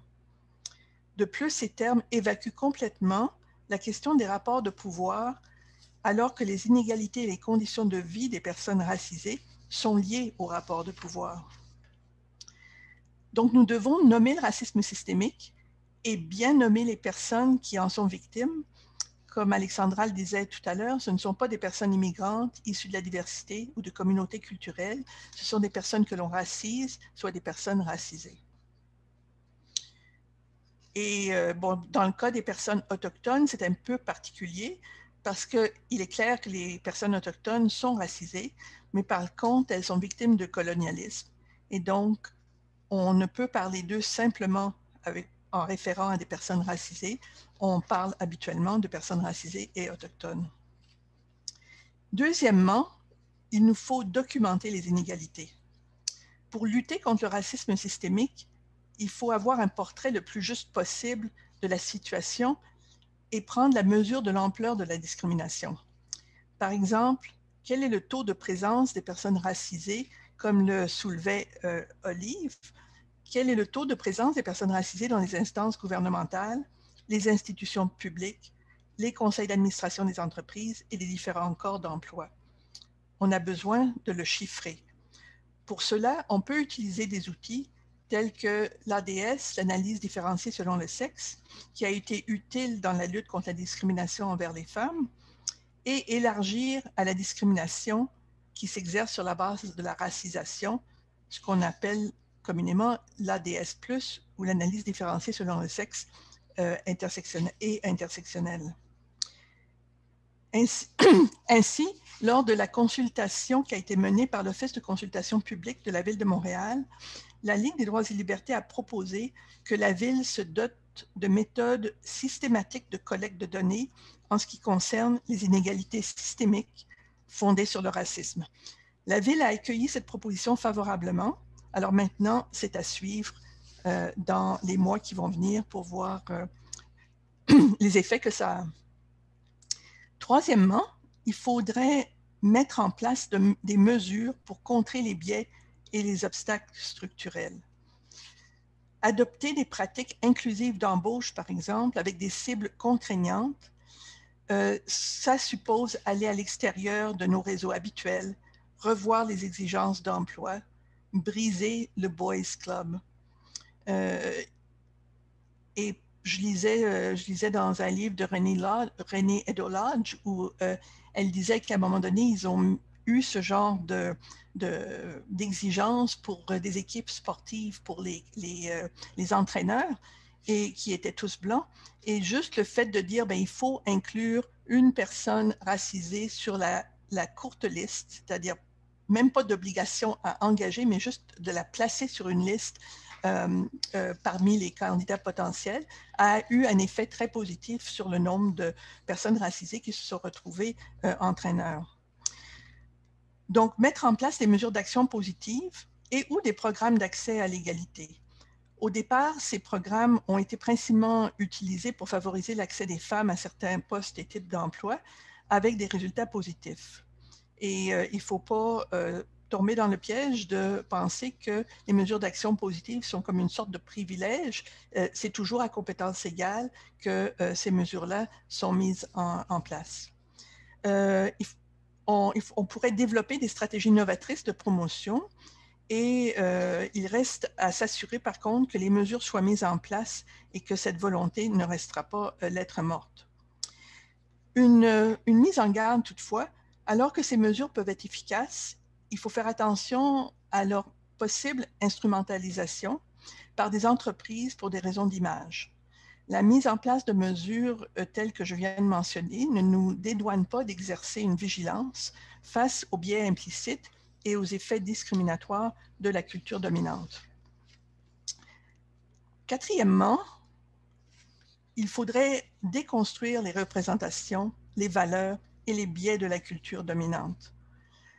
Alors, quelques idées, mais évidemment, cette liste n'est pas exhaustive. Premièrement, il est très important d'écouter, d'entendre et de transmettre la parole des personnes qui vivent le racisme au quotidien. Prioriser, promouvoir et appuyer la présence d'autres voix dans nos milieux et l'exiger dans d'autres milieux, comme à la télé, dans les écoles, dans la culture, dans les équipes de sport. Olive a bien expliqué comment que l'absence des personnes racisées dans ces milieux a un impact négatif sur les personnes racisées elles-mêmes qui ne se voient pas dans la vie publique. Participer nous-mêmes ou faire la promotion de programmes d'éducation antiracistes, s'efforcer de déconstruire les biais sociaux dont nous sommes porteurs et de combattre les stéréotypes sur lesquels ils reposent. Alexandra a parlé tout à l'heure des biais sociaux. J'aimerais qu'on ait plus de temps pour pouvoir en parler, mais c'est important de penser qu'on a tous, de savoir plutôt qu'on a tous des biais sociaux. Ce n'est pas quelque chose que certaines personnes ont parce qu'elles sont moins correctes que d'autres. On a tous des biais. Ces biais-là nous viennent de toutes les représentations, toutes les choses culturelles qu'on voit à la télévision, qu'on voit dans les livres, dans les contes d'enfants, etc., depuis notre plus tendre enfance. Alors, il faut en prendre connaissance et pour commencer à les déconstruire, parce que c'est ces biais, les représentations stéréotypées, les biais sociaux qui influencent, comme Alexandra le disait tout à l'heure, en santé, en éducation, dans le monde de l'emploi, qui influencent souvent inconsciemment les choix qui sont faits et les choses qui sont mises de l'avant. Donc, déconstruire ces biais sociaux, remettre en question nos pratiques et manières de faire qui sont considérées comme normales ou habituelles. Et encore là, un exemple, des jeunes enfants autochtones qui avaient été amenés en avion du Nord pour être scolarisés parce qu'il n'y avait pas d'institution dans leur communauté. Ils arrivent à l'école et on leur demande un acte de naissance. Pour nous, il n'y a rien de raciste dans un acte de naissance. Mais quand on demande un acte de naissance à des enfants qui viennent du Grand Nord et qui en ont soit jamais eu ou soit ne savent pas où il est, et qu'on les empêche pendant toute une session d'être scolarisés, ils ont attendu dans un local pendant une session avant d'être retournés dans le Nord, mais c'est une forme de grand préjudice qui est exercé envers des enfants avec des normes en apparence neutre. Alors, c'est ça qu'on veut dire quand on dit qu'il faut remettre en question nos pratiques qui sont en apparence neutre, mais qui ont des effets discriminatoires. Être critique... Il resterait 1 minute. Oui. Oui, alors c'est bien, il me reste un paragraphe. Être critique face à... et aussi être critique face à une vision du monde empreinte de racisme et de sexisme. Donc, pour conclure, ces réflexions offrent des pistes d'action générales. Elles ne sont pas exhaustives, mais il est clair qu'elles doivent être adaptées à la réalité de chaque milieu. Un certain nombre de mesures ci-dessus se retrouvent dans un mémoire que nous avons remis dans le contexte d'une consultation menée par l'Office de consultation publique de la Ville de Montréal en 2019. Elles ont été accueillies favorablement par la Ville, mais il nous reste à nous assurer qu'elles ne restent pas lettres mortes et à espérer qu'elles auront des effets concrets sur le droit à l'égalité pour tous et toutes. D'autres mesures et actions restent sûrement à inventer. Ce qui est certain, c'est que nous ne pouvons nous contenter de nous occuper de quelques pommes pourries. Une participante à une formation avait proposé l'image suivante. C'est comme les pissenlits. Si on les arrache, on ne les voit plus. Mais pour qu'ils disparaissent, il faut enlever la racine. Et on pourrait poursuivre en disant que pour se débarrasser du racisme systémique, il faut s'attaquer aux pratiques et aux procédures institutionnelles, ainsi qu'aux croyances et aux cultures dominantes et aux racines sociétales. Parallèlement, il ne faut jamais oublier que le changement est toujours le fruit de mobilisation citoyenne. Merci. Merci beaucoup, Martine, pour ces pistes de solutions, ce début de piste de solutions. Merci beaucoup. Martine, Éloi, alors je passerai la parole à Philippe Fron. Oui, merci. Merci pour votre accueil, à toute l'équipe d'Interparesse d'avoir monté cet événement. Je sais que c'est beaucoup de travail de réunir les gens, même en mode virtuel.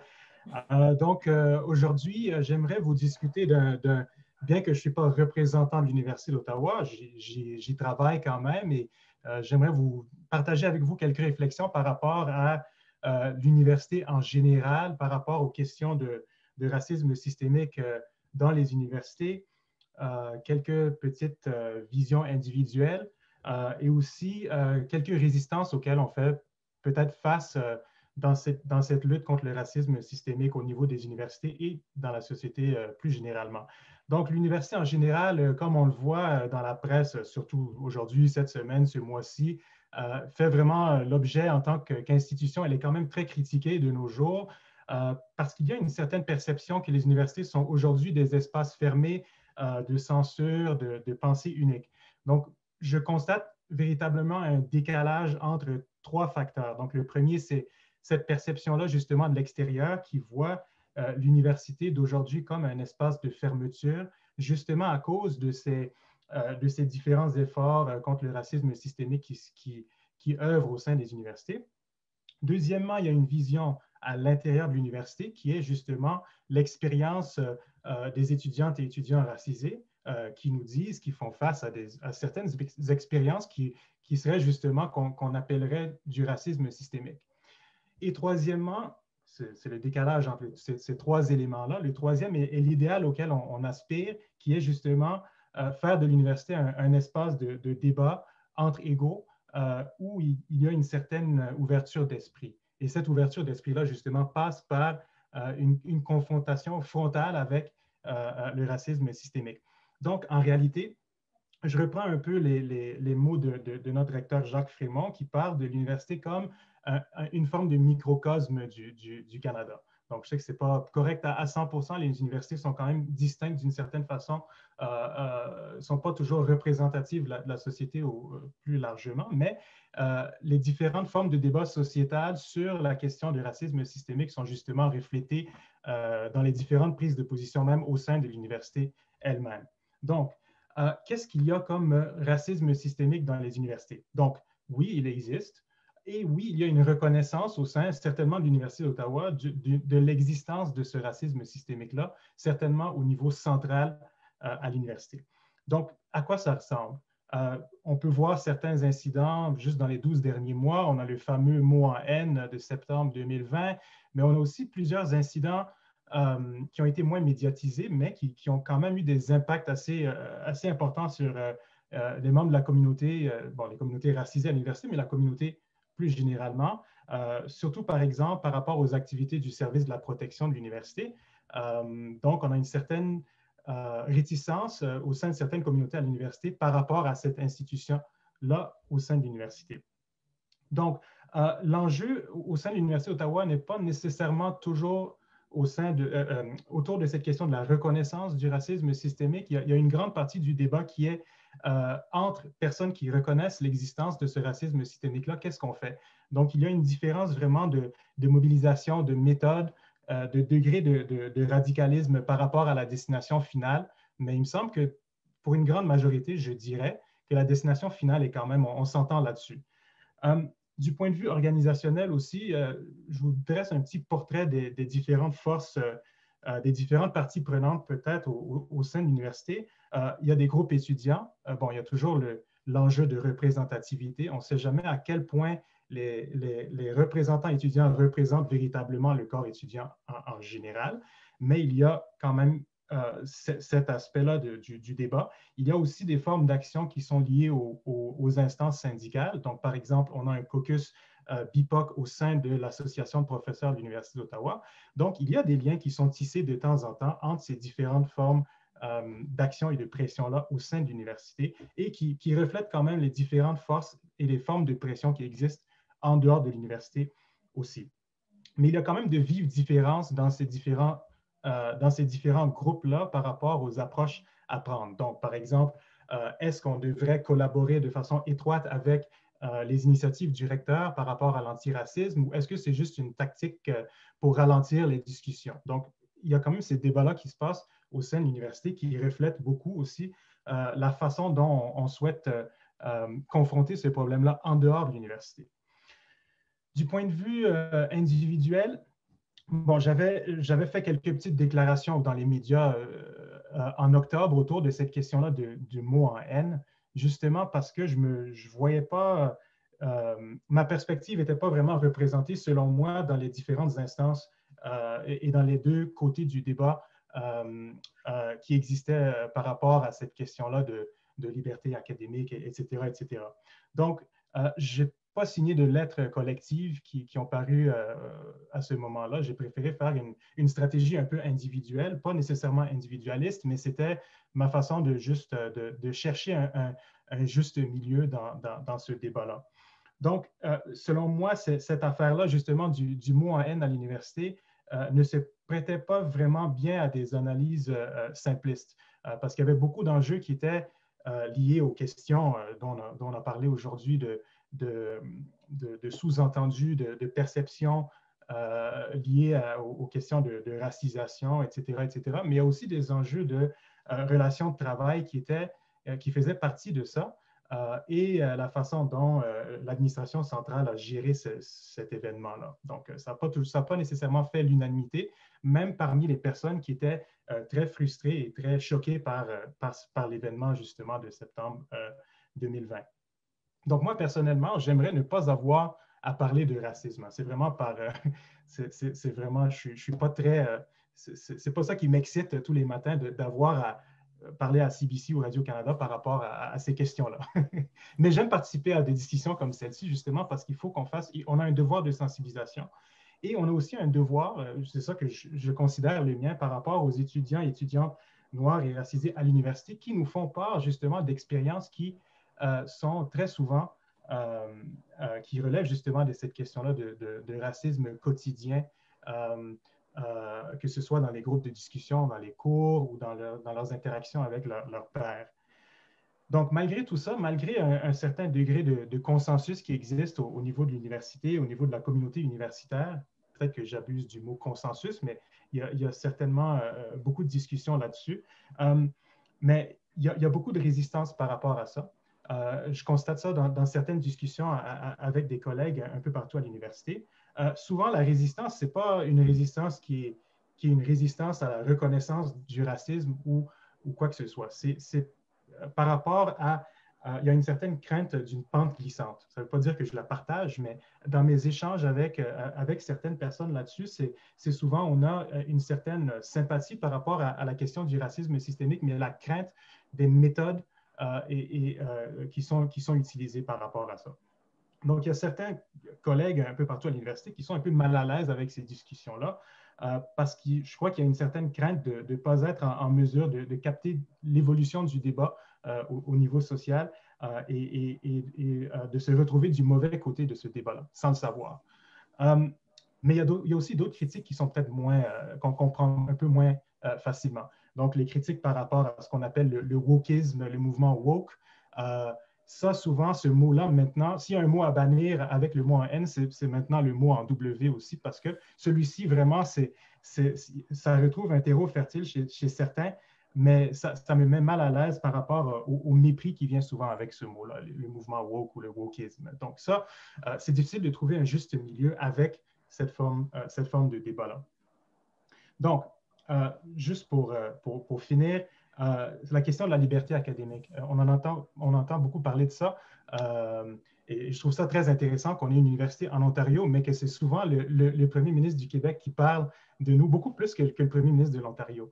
Mais c'est intéressant et puis ça relève justement d'une question qui a été posée dans le chat par rapport à cette question-là de la distinction entre anglophones et francophones au Canada. On a une position assez spéciale à l'Université d'Ottawa d'être un peu à cheval entre ces deux traditions, non seulement linguistiques, mais aussi culturelles au Canada. Donc, ça se comprend qu'il y ait une attention qui est quand même portée, qui a un intérêt envers ce qui se passe sur notre campus au Canada francophone. Donc, ça se comprend totalement. Mais il y a une certaine compréhension de la liberté d'expression et de la liberté académique que j'aimerais peut-être corriger et que j'essaye de corriger justement dans mes interventions, que ce soit au niveau de l'université ou que ce soit au niveau médiatique, qui est que ce n'est pas une liberté de faire tout ce qu'on veut. Donc, on ne veut pas transformer nos salles de cours en terrain de football américain ou de boxe. On n'est pas là pour faire... ce n'est pas un combat d'arts martiaux ici, justement, à l'université. Et justement, dans la convention collective qui assure cette liberté académique-là, on parle justement de responsabilité. Il y a un usage responsable, il y a la responsabilité civique qui va avec l'utilisation de cette liberté académique-là qui nous protège dans nos fonctions. Donc, juste pour finir, les universités sont un reflet imparfait de la société, mais les débats qui se passent au sein des universités, justement, reflètent et alimentent, comme on le voit actuellement, les débats dans la société plus largement sur ces questions-là de racisme systémique. Donc, les revendications qu'on voit au sein de l'Université d'Ottawa, que ce soit par les associations de professeurs, que ce soit par les étudiants racisés, sont assez importantes pour le reste de notre vie sociale parce que ça reflète les débats qui se passent à l'extérieur aussi. Donc, il y a quand même une connexion assez étroite entre nos petits débats à l'intérieur du campus et ce qui se passe dans la société plus généralement. Donc, je vais finir là et puis j'ai hâte de discuter avec vous et répondre à vos questions. Parfait. Merci beaucoup. Merci Philippe donc pour cette ouverture dans le milieu académique universitaire. C'est très, très, très enrichissant. Puis ça nous permet de voir autre chose. Alors, il y a quelques questions sur le chat.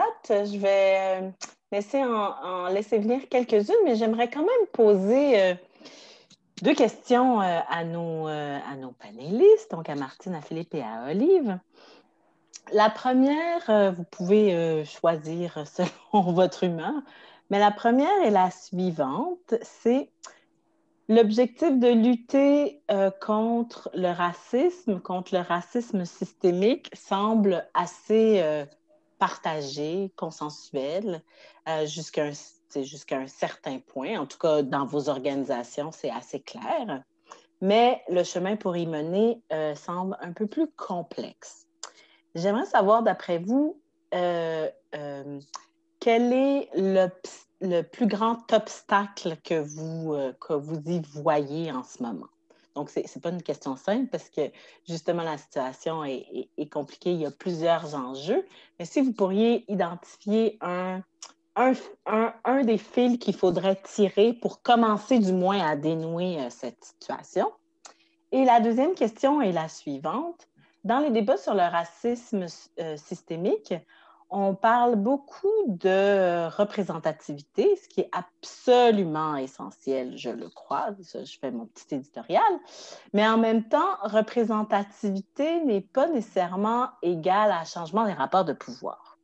Donc, j'aimerais vous entendre là-dessus. Je suis curieuse sur ces deux questions. Quelqu'un se lance?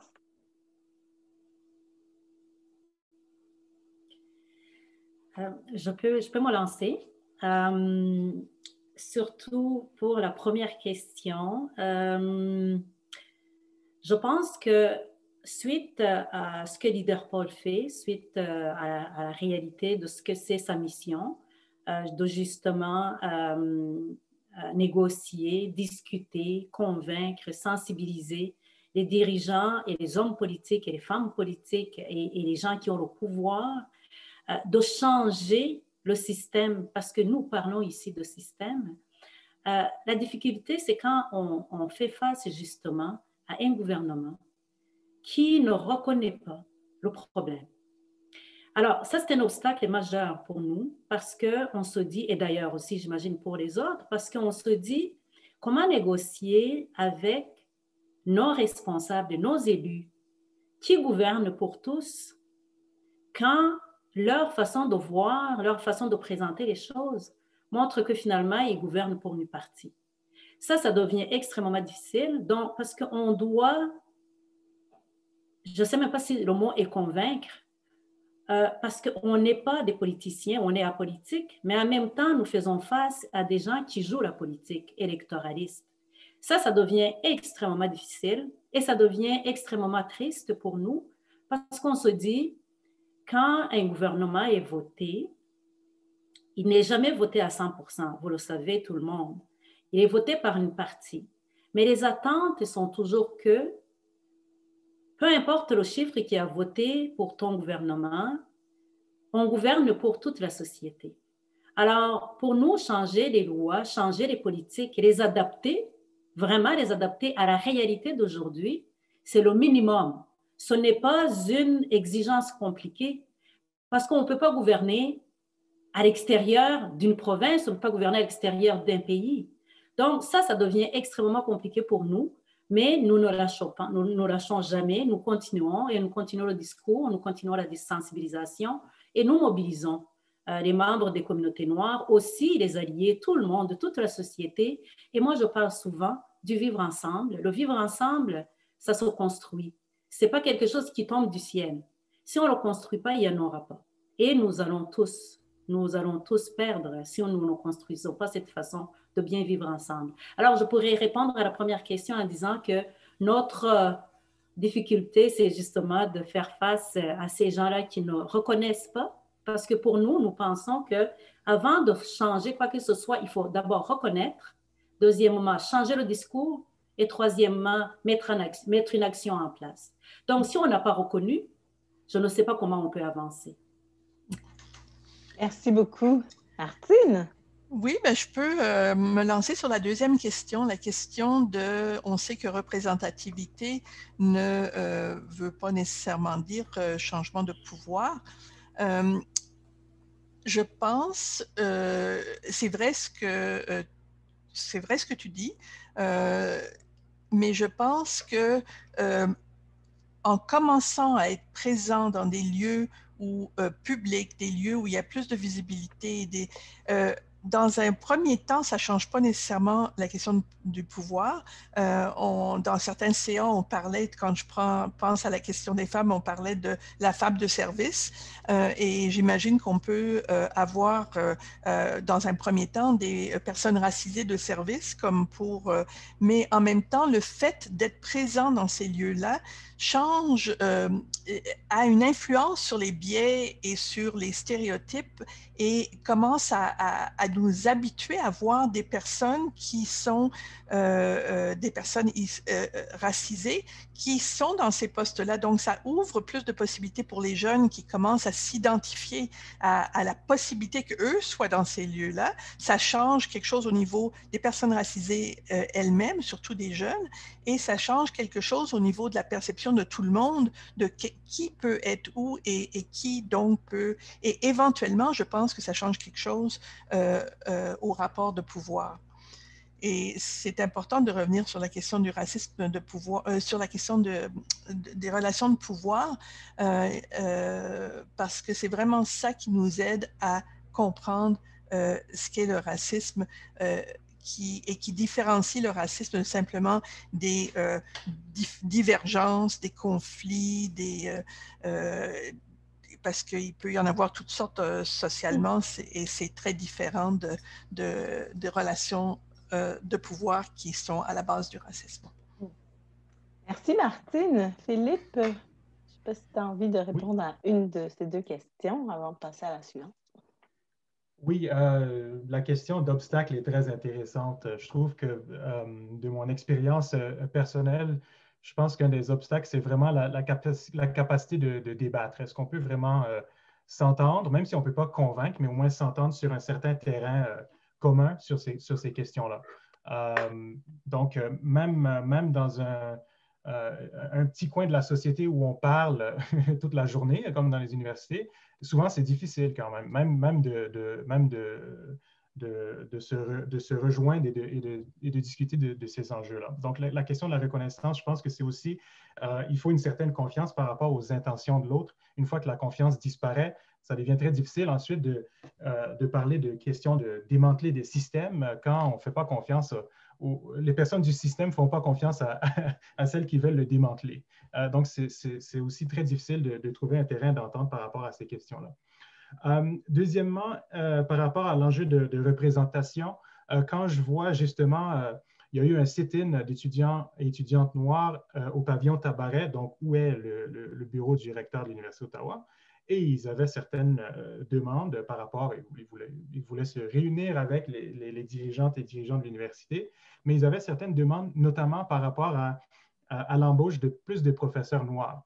Donc, ça, c'est quelque chose que je comprends, et justement, il faut normaliser cette question-là de représentativité et de représentation des personnes racisées dans des endroits où elles n'ont pas nécessairement toujours été bien représentées, et surtout dans des postes permanents à l'Université d'Ottawa, à l'université un peu partout au Canada, en Amérique du Nord, en Europe, un peu partout. C'est la même chose.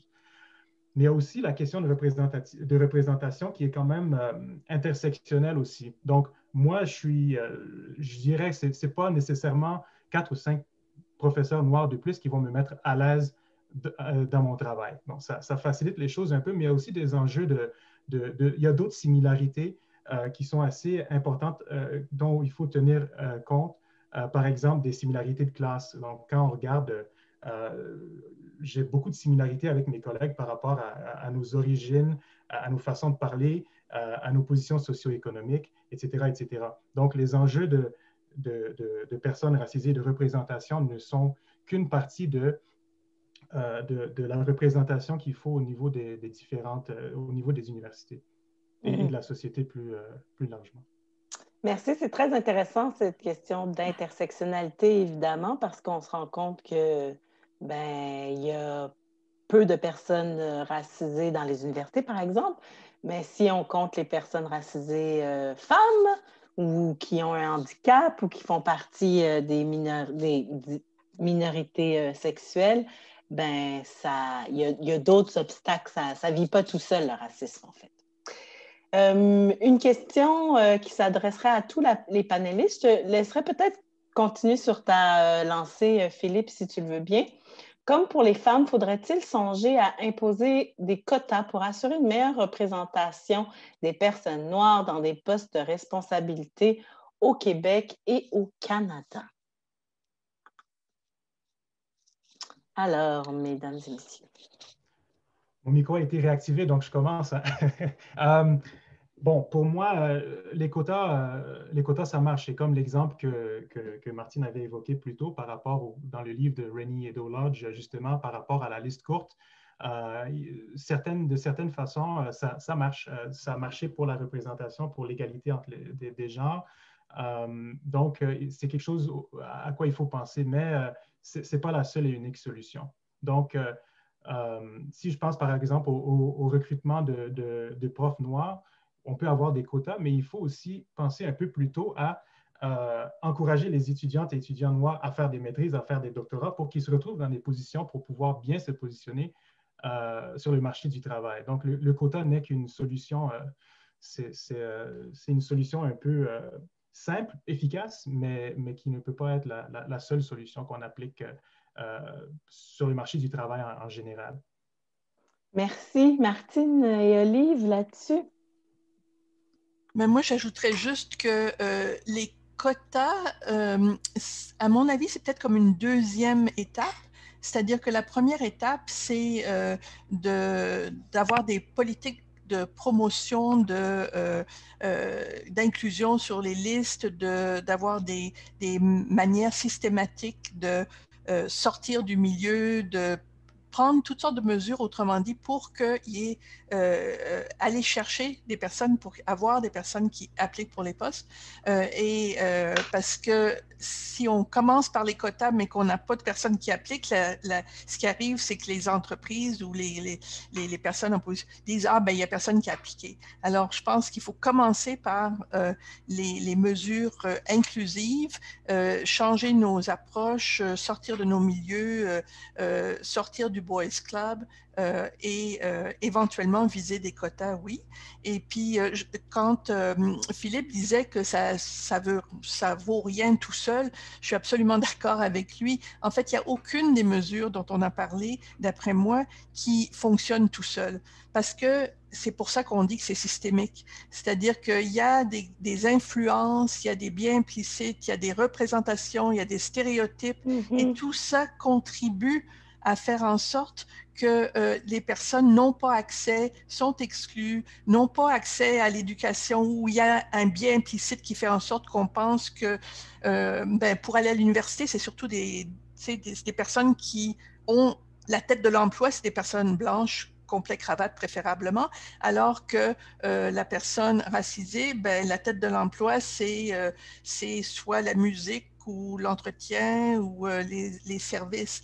Donc, il y a des représentations comme ça. Alors, il faut se battre au niveau des représentations, des stéréotypes, des biais implicites et faire en sorte que la présence des personnes soit plus racisées soit plus grande dans toutes sortes de lieux, et c'est les choses conjuguées ensemble qui vont finir par changer la réalité telle qu'on la connaît aujourd'hui. Merci Martine. Olive? Je suis d'accord à 100% avec ce que mes collègues ont dit.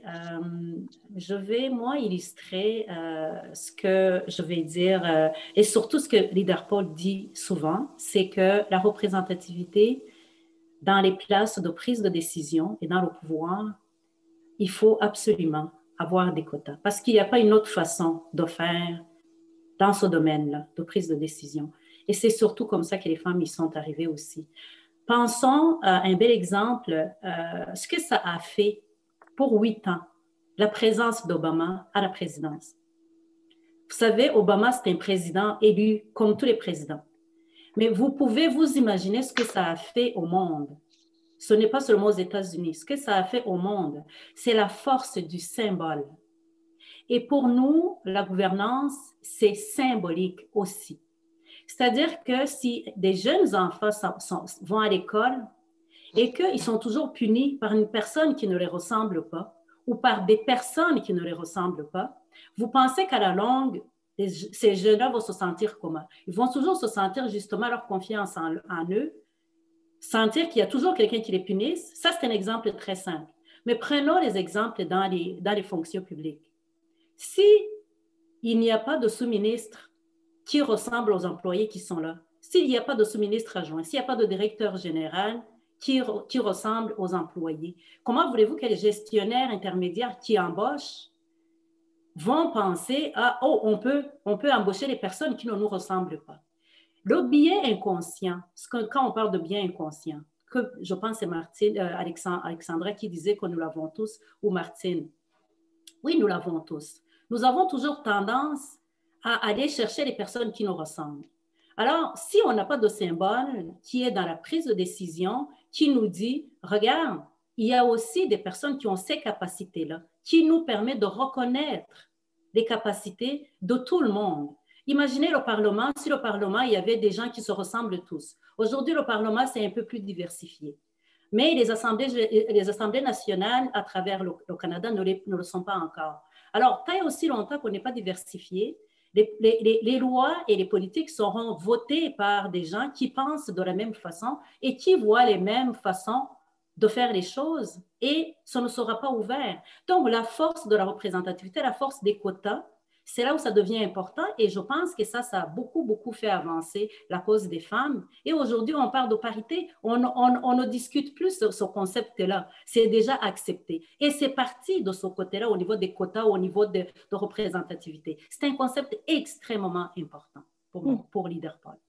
Merci. Si je peux me permettre de rajouter quelque chose, parce que vous m'avez fait aussi réagir par rapport à vos propos. Puis il y a des choses dans le chat qui sont aussi intéressantes.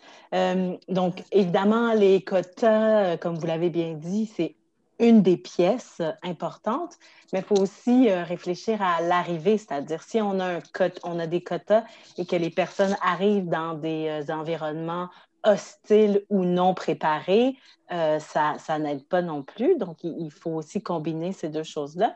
Puis, il y a aussi quelqu'un qui donnait l'exemple dans le chat d'une autre mesure qui est soit les CV ou les entrevues anonymes. Donc, CV anonyme pour le premier passage, mais aussi entrevue anonyme. Elle parlait plus spécifiquement, là, c'est spécifique, mais je pense que ça peut s'appliquer à d'autres choses, des chefs d'orchestre. Donc, dans certains orchestres, on s'est rendu compte que il y avait peu de personnes racisées dans ces orchestres-là et qu'il y avait toute une série de biais. On s'est mis à faire des entrevues, en fait, où est-ce que les gens devaient jouer et que ceux qui recrutaient ne les voyaient pas. Et de façon assez extraordinaire et systématique, le nombre de personnes racisées a augmenté de façon significative puisqu'on entendait, on les interviewait seulement sur ce qu'on entendait. Donc ça, c'est intéressant quand même comme exemple. On arrive presque à la fin, maintenant, Kélinet. Le débat est très, très intéressant. Puis je pense qu'on pourrait encore continuer à débattre, d'autant plus que là, on est rentré dans le vif de la discussion. Je tenais juste à remercier tous nos panélistes. Merci beaucoup, Alexandra, d'avoir animé cette discussion. Comme dit, on pourrait encore continuer. Merci beaucoup, Philippe, Olive et Martine. C'est vraiment un plaisir de vous avoir accueillis. Alors, on arrive à la fin de cette rencontre et afin de ne pas laisser cette session sans suite, en fait, je voulais juste dire à toutes les personnes qui ont participé que vous allez recevoir un courriel avec une série de ressources et de documentation pour en savoir un petit peu plus sur le racisme systémique. Mais nous vous invitons également à visiter les sites web de la Ligue des droits et libertés, puis également de Leaderpol pour voir un petit peu les initiatives en cours pour éradiquer le racisme systémique, puis voir également comment est-ce que nous pouvons aller ensemble vers une société plus juste. Donc, c'est un peu la suite de cet atelier. Sinon, notre objectif, c'était non seulement de reconnaître le problème du racisme systémique, mais également de fournir des outils puis des pistes de réflexion à tous pour mieux travailler donc, à faire disparaître ce racisme systémique-là de notre société. Et nous espérons vraiment que nous avons atteint cet objectif avec vous tous. Et oui, donc nous vous remercions pour toutes ces réflexions. Donc voilà. Merci. Vous allez tous recevoir un courriel. Merci encore. Merci à tous et au plaisir. Au plaisir.